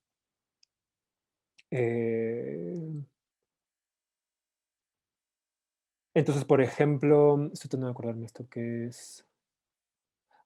Este es un chico trans que no se le permitió hacer su transición, ¿sí? Porque le decían, es que algo te pasa a ti, ¿no? La psiquiatra dice que algo tienes y no podemos tratarte cuando estás viviendo en un ambiente hostil, refiriéndose a la familia de este chico trans. Entonces no podían darle el tratamiento porque en su familia, la dinámica familiar estaba siendo caracterizada por una violencia transfóbica. También nos hablaron de sus familias, de sus pares, de los medios de comunicación. Y aquí lo que salía mucho era el conservadurismo de estos espacios, una familia ultraderecha, conservadora, generalmente eso se alineaba con lo que pasaba en las escuelas, y que esto les enseña que sí o sí una mujer debe estar con un hombre y viceversa. También exploramos un poco sobre el uso de las TIC, sobre todo las redes sociodigitales. Exploramos las intenciones. Encontramos que los y las jóvenes lo usan para construir amistades, para encontrar mensajes de aliento, para buscar con quién tener sexo, para buscar parejas, ¿sí? Aquí están un poco los tipos de relaciones que se gestan en línea, amistades que se conocen en línea. Aquí dice, por ejemplo, una chica, dice, yo le dije que era lesbiana y ella me dijo que yo también y hemos sido muy cercanas desde entonces. Sobre todo hombres que comentaron que conocieron a sus parejas en línea, pero que también se enfrentan a diferentes formas de violencia. Sobre todo hablaban como de comentarios que escuchaban en diferentes foros, YouTube, Facebook, que son muy LGBT-fóbicos, que también lo usaban para buscar información, ¿sí? Decían, pues ahí yo aprendí que el matrimonio entre personas del mismo sexo es legal. Entonces ahí nos van contando muchos aprendizajes, ¿sí? Y que mucho de su autoestima está ligada a esto que encuentran en línea, ¿sí? Entonces aquí una persona dice, pues que me parece que esta era una chica, que YouTube le hace sentir realmente empoderada, ¿sí? Porque además de brindarle información, le ayuda a sentirse contenta con ella misma y le otorga cierto poder.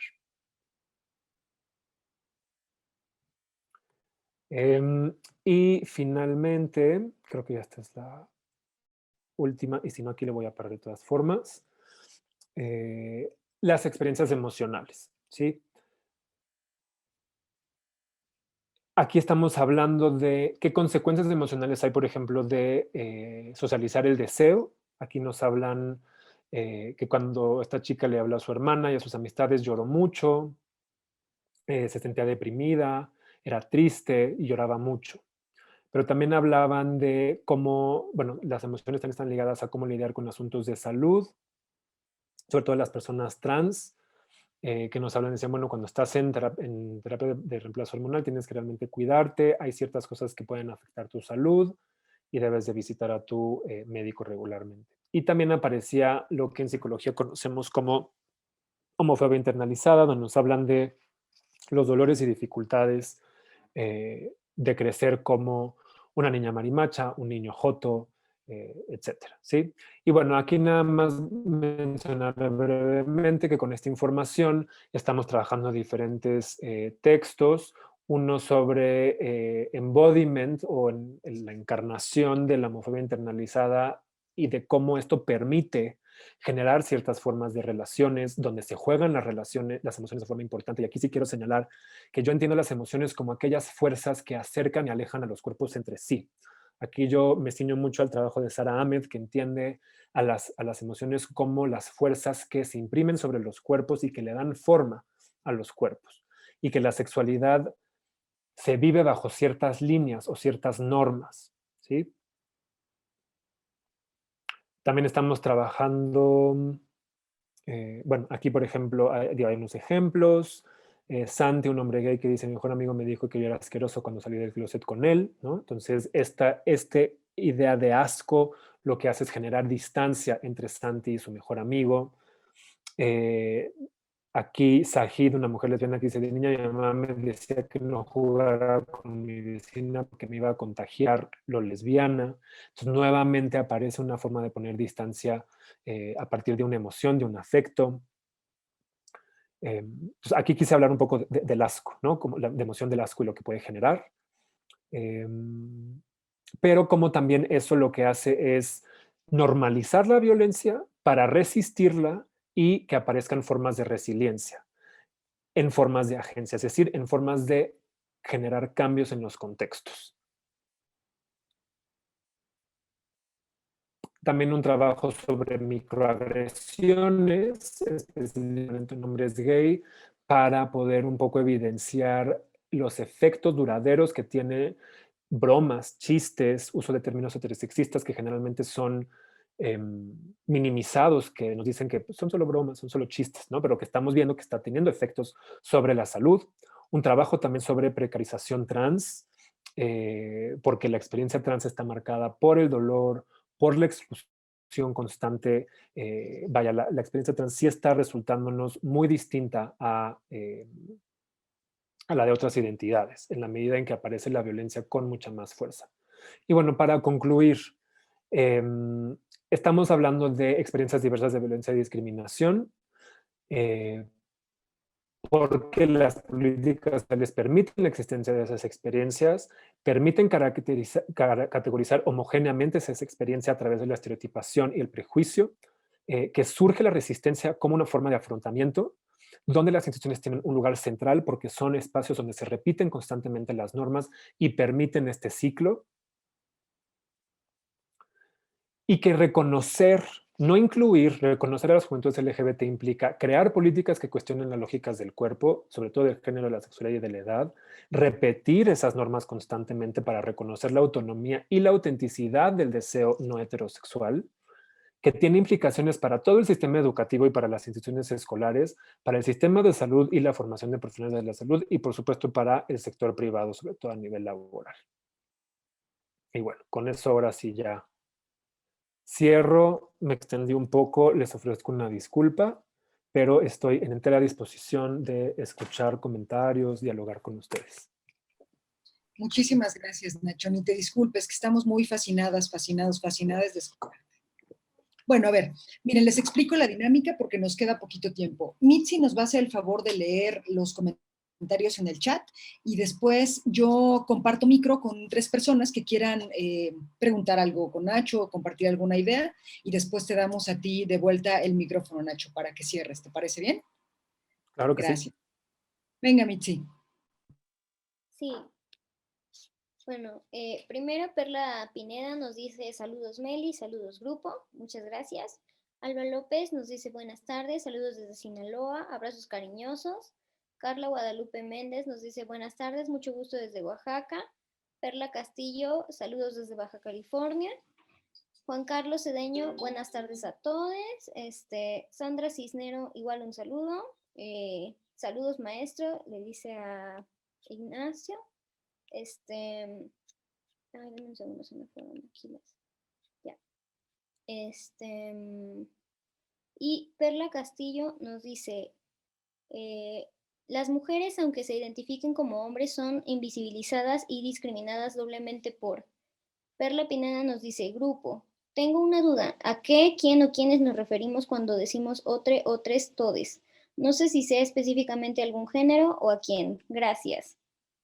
Y bueno, Perla Castillo dice, no me quedó claro por qué plantea como un tránsito de la homofobia hacia los afectos.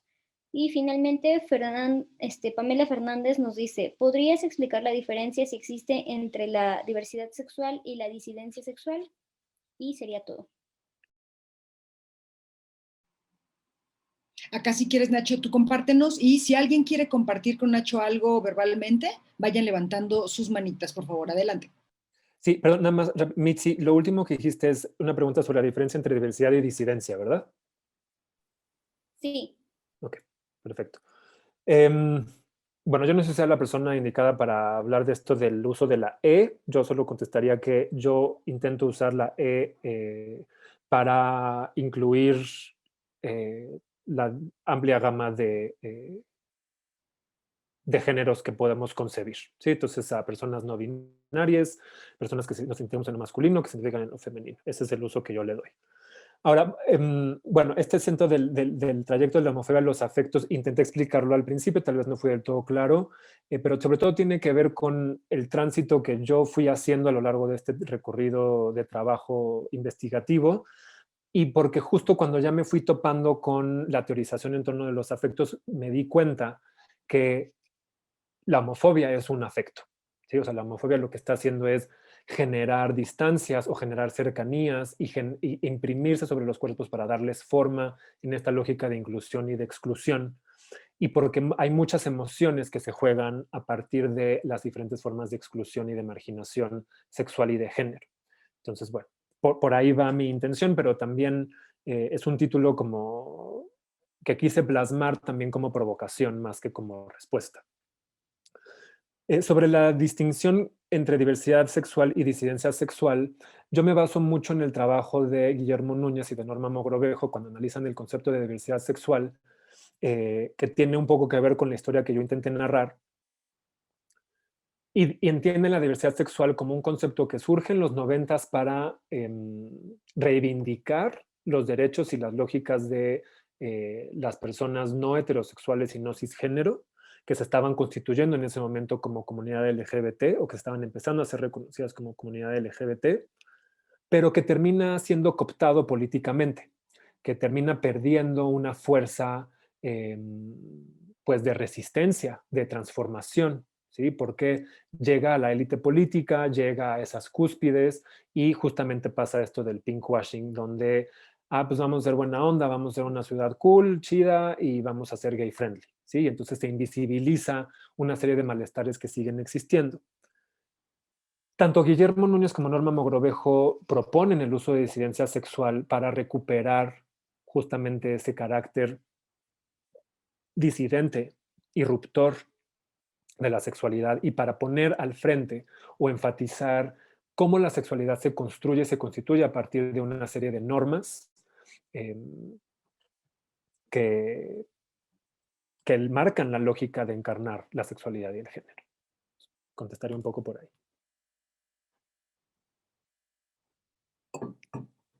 Bueno, a continuación nos llegaron otras dudas por acá.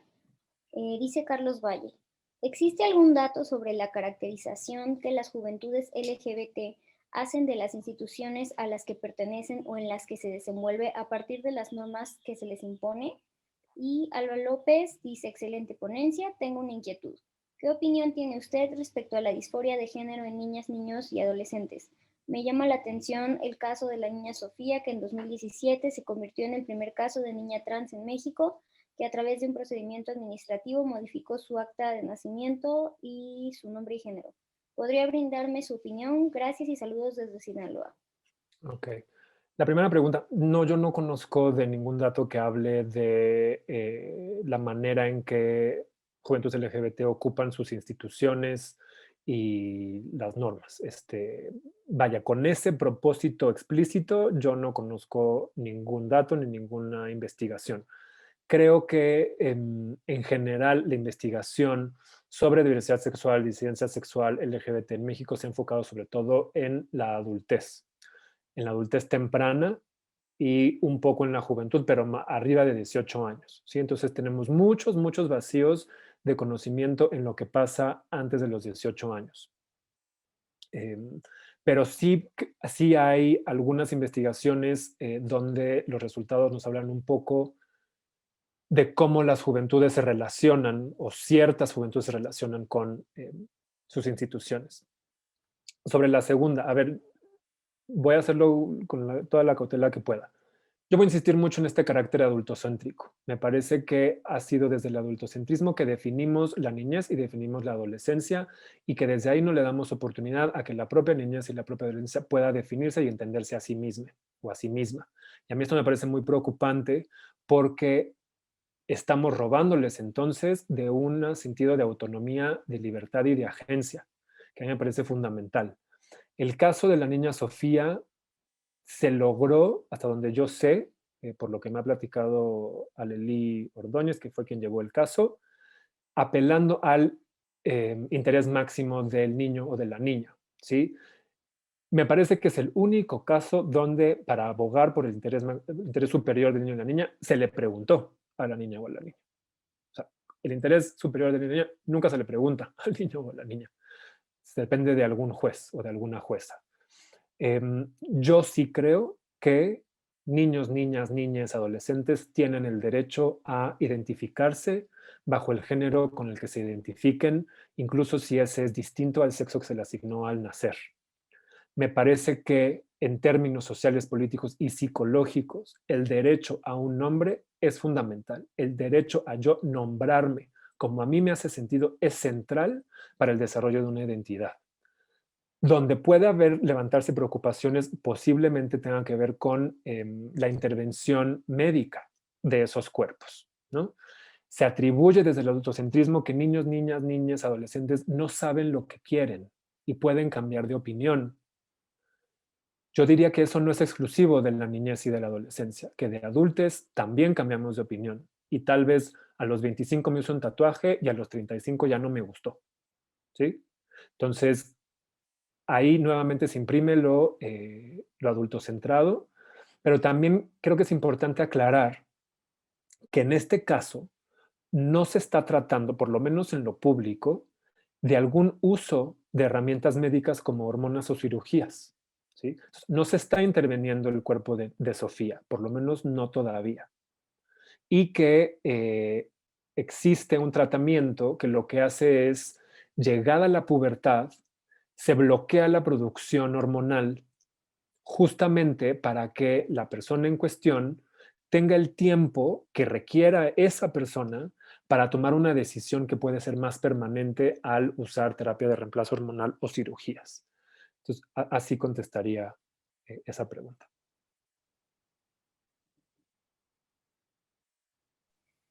Alejandra Sánchez Barbosa dice, felicidades, me encanta tu forma de exponer, me ha servido muchísimo, mil gracias. Carolina Pado Martínez nos dice, muchas gracias por la ponencia, tu trabajo me ha inspirado para algunas investigaciones en la universidad. Carlos Valle, muchas gracias por tu respuesta y muy interesante ponencia. Y bueno, tenemos otra pregunta de Joel Bazán Ortiz, que dice, buen día, profesor, muchas felicidades por su ponencia. Mi pregunta sería, en la religión homofóbica se ha escuchado sobre adolescentes que se han intentado suicidar por no aceptar su identidad. ¿Se puede considerar homicidio por parte de la religión por el suicidio sobre un adolescente por homofobia? Bueno, primero, muchas gracias por las flores que me echan, se los agradezco mucho. Me da mucho gusto que hayan disfrutado del chorro que me aventé durante casi hora y media. Joel, me parece que tal vez aquí hay un dedazo, ¿no? No sé si te refieres a la religión homofóbica, yo creo que te estás refiriendo a otra religión o al carácter homofóbico de la religión. Creo que sería eso. Híjole, creo que es una pregunta bien compleja. Se me está olvidando el nombre. Jessica Marjan, una activista trans, ella sí habla y ella sí califica a los suicidios de mujeres trans como un homicidio del Estado.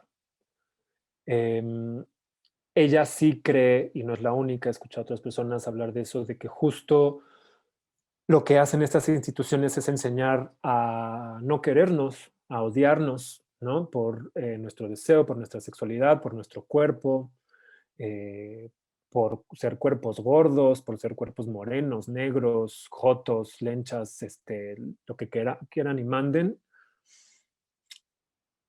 No quiero negar de ninguna manera la responsabilidad que tienen las instituciones en la producción y reproducción de estos discursos de odio que son tan potentes que llegan a lo más profundo de nuestra intimidad, ¿no? A lo más profundo de nuestra psicología, pero tampoco quiero invisibilizar la responsabilidad y capacidad de agencia que tenemos sobre nuestras vidas y sobre nuestros cuerpos. O sea, a mí me parece un balance muy delicado que no sé si podría contestar en este momento. Pero sin duda, sí me parece que la religión, yo diría algunas religiones cristianas que están teniendo mucha fuerza en los últimos años en México y también la religión católica, pero también la religión judía, reproducen discursos de odio que excluyen y marginan a las expresiones e identidades no heterosexuales y no cisgénero, y que ahí se pueden instalar una serie de, o sea, y ahí circulan afectos. Entonces, eso tiene impacto sobre los cuerpos y sobre cómo concebimos nuestro cuerpo y cómo concebimos nuestra identidad. Tiene un efecto sobre nuestra narrativa identitaria. No estoy seguro si lo podría calificar como un homicidio, pero sin duda hay una responsabilidad muy grande de estas instituciones. Y sí me parece que hay una responsabilidad muy grande de estas instituciones de transformar sus discursos. Pienso, por ejemplo, en lo que ha dicho el Vaticano en últimos años, ¿sí? Lo último que dijo el Papa hace unas semanas fue que el reino de Dios también es para las personas homosexuales, ¿sí? Entonces, hay pequeñas torceduras en el discurso, pero las instituciones religiosas son firmes y quieren volver a enderezar ese discurso.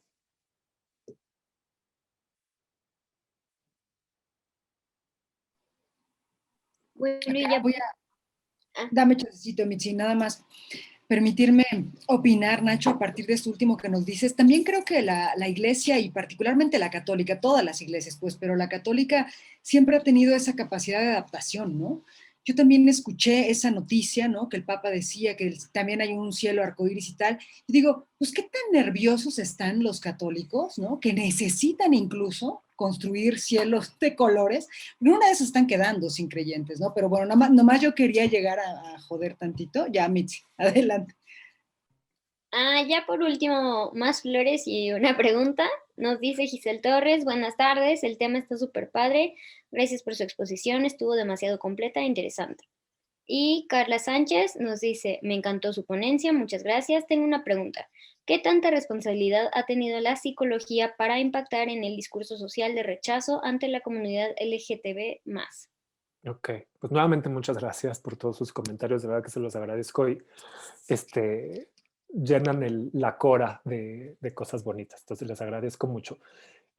Bueno, esta pregunta, yo creo que la psicología tiene mucha responsabilidad en la construcción, en el mantenimiento de la patologización, sobre todo la patologización de lo LGBT, de lo homoerótico, de lo trans. Pero también creo que ha sido consecuente con esta responsabilidad y me parece que la psicología ha buscado desenmarcarse de una lógica patologizante. Se ha querido desenmarcar de que todo se defina en patología y creo que en los últimos años, incluso hoy en día, podemos encontrar, ¿cómo decirlo? Ya no quiero repetir torceduras, pero resignificaciones de teorías clásicas psicológicas para entender la sexualidad de otra forma que no sea desde la patologización, ¿sí? Entonces estamos viendo, por ejemplo, mucho uso del psicoanálisis en la teoría queer, por ejemplo, ¿sí? Porque el psicoanálisis es una problematización muy interesante sobre el deseo y sobre la identidad. Creo que también mucho tiene que ver con lecturas. Pienso, por ejemplo, en la psicología humanista, que fue la psicología que permitió a la psicología en general desenmarcarse de la patología y pensar en aquello positivo del ser humano, es decir, en esta capacidad de independencia, de autorrealización. Entonces yo creo que sí hay mucha responsabilidad, pero creo que también se está asumiendo esas causas y se está buscando abrir espacios y abrir horizontes de inteligibilidad.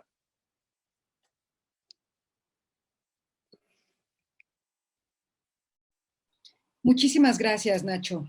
Pues para despedirte, yo quiero pedirles, o más bien ofrecerles una dinámica de agradecimiento, de gratitud, de cariño a nuestro ponente. O abrimos cámaras y mandamos besitos, abrazos y aplausos en lenguaje de señas mexicano, o ponemos emoticones en la pantallita para que se sienta querido, admirado y considerado por nosotras y nosotros. Muchas gracias, Nacho. Pues estás en tu casa, pues, pero también el claustro de Sor Juana siempre será tu casa. Te agradecemos muchísimo. Gracias, grupo, por su participación. Nos vemos en un mes, que por cierto no tengo a la mano el calendario de... No, sí lo tengo, denme un segundito. No lo tengo, ya lo cerré. Pero bueno, en un mes, no recuerdo quién, creo que viene Lía García a propósito de lo último que nos compartes. Lía García, la novia sirena, me parece. Si no, ahí revísenlo en el Face, sirve que si no nos han dado like, ahora es cuando. Muchísimas gracias. Un abrazo. Gracias a ustedes. Muchas gracias, linda tarde.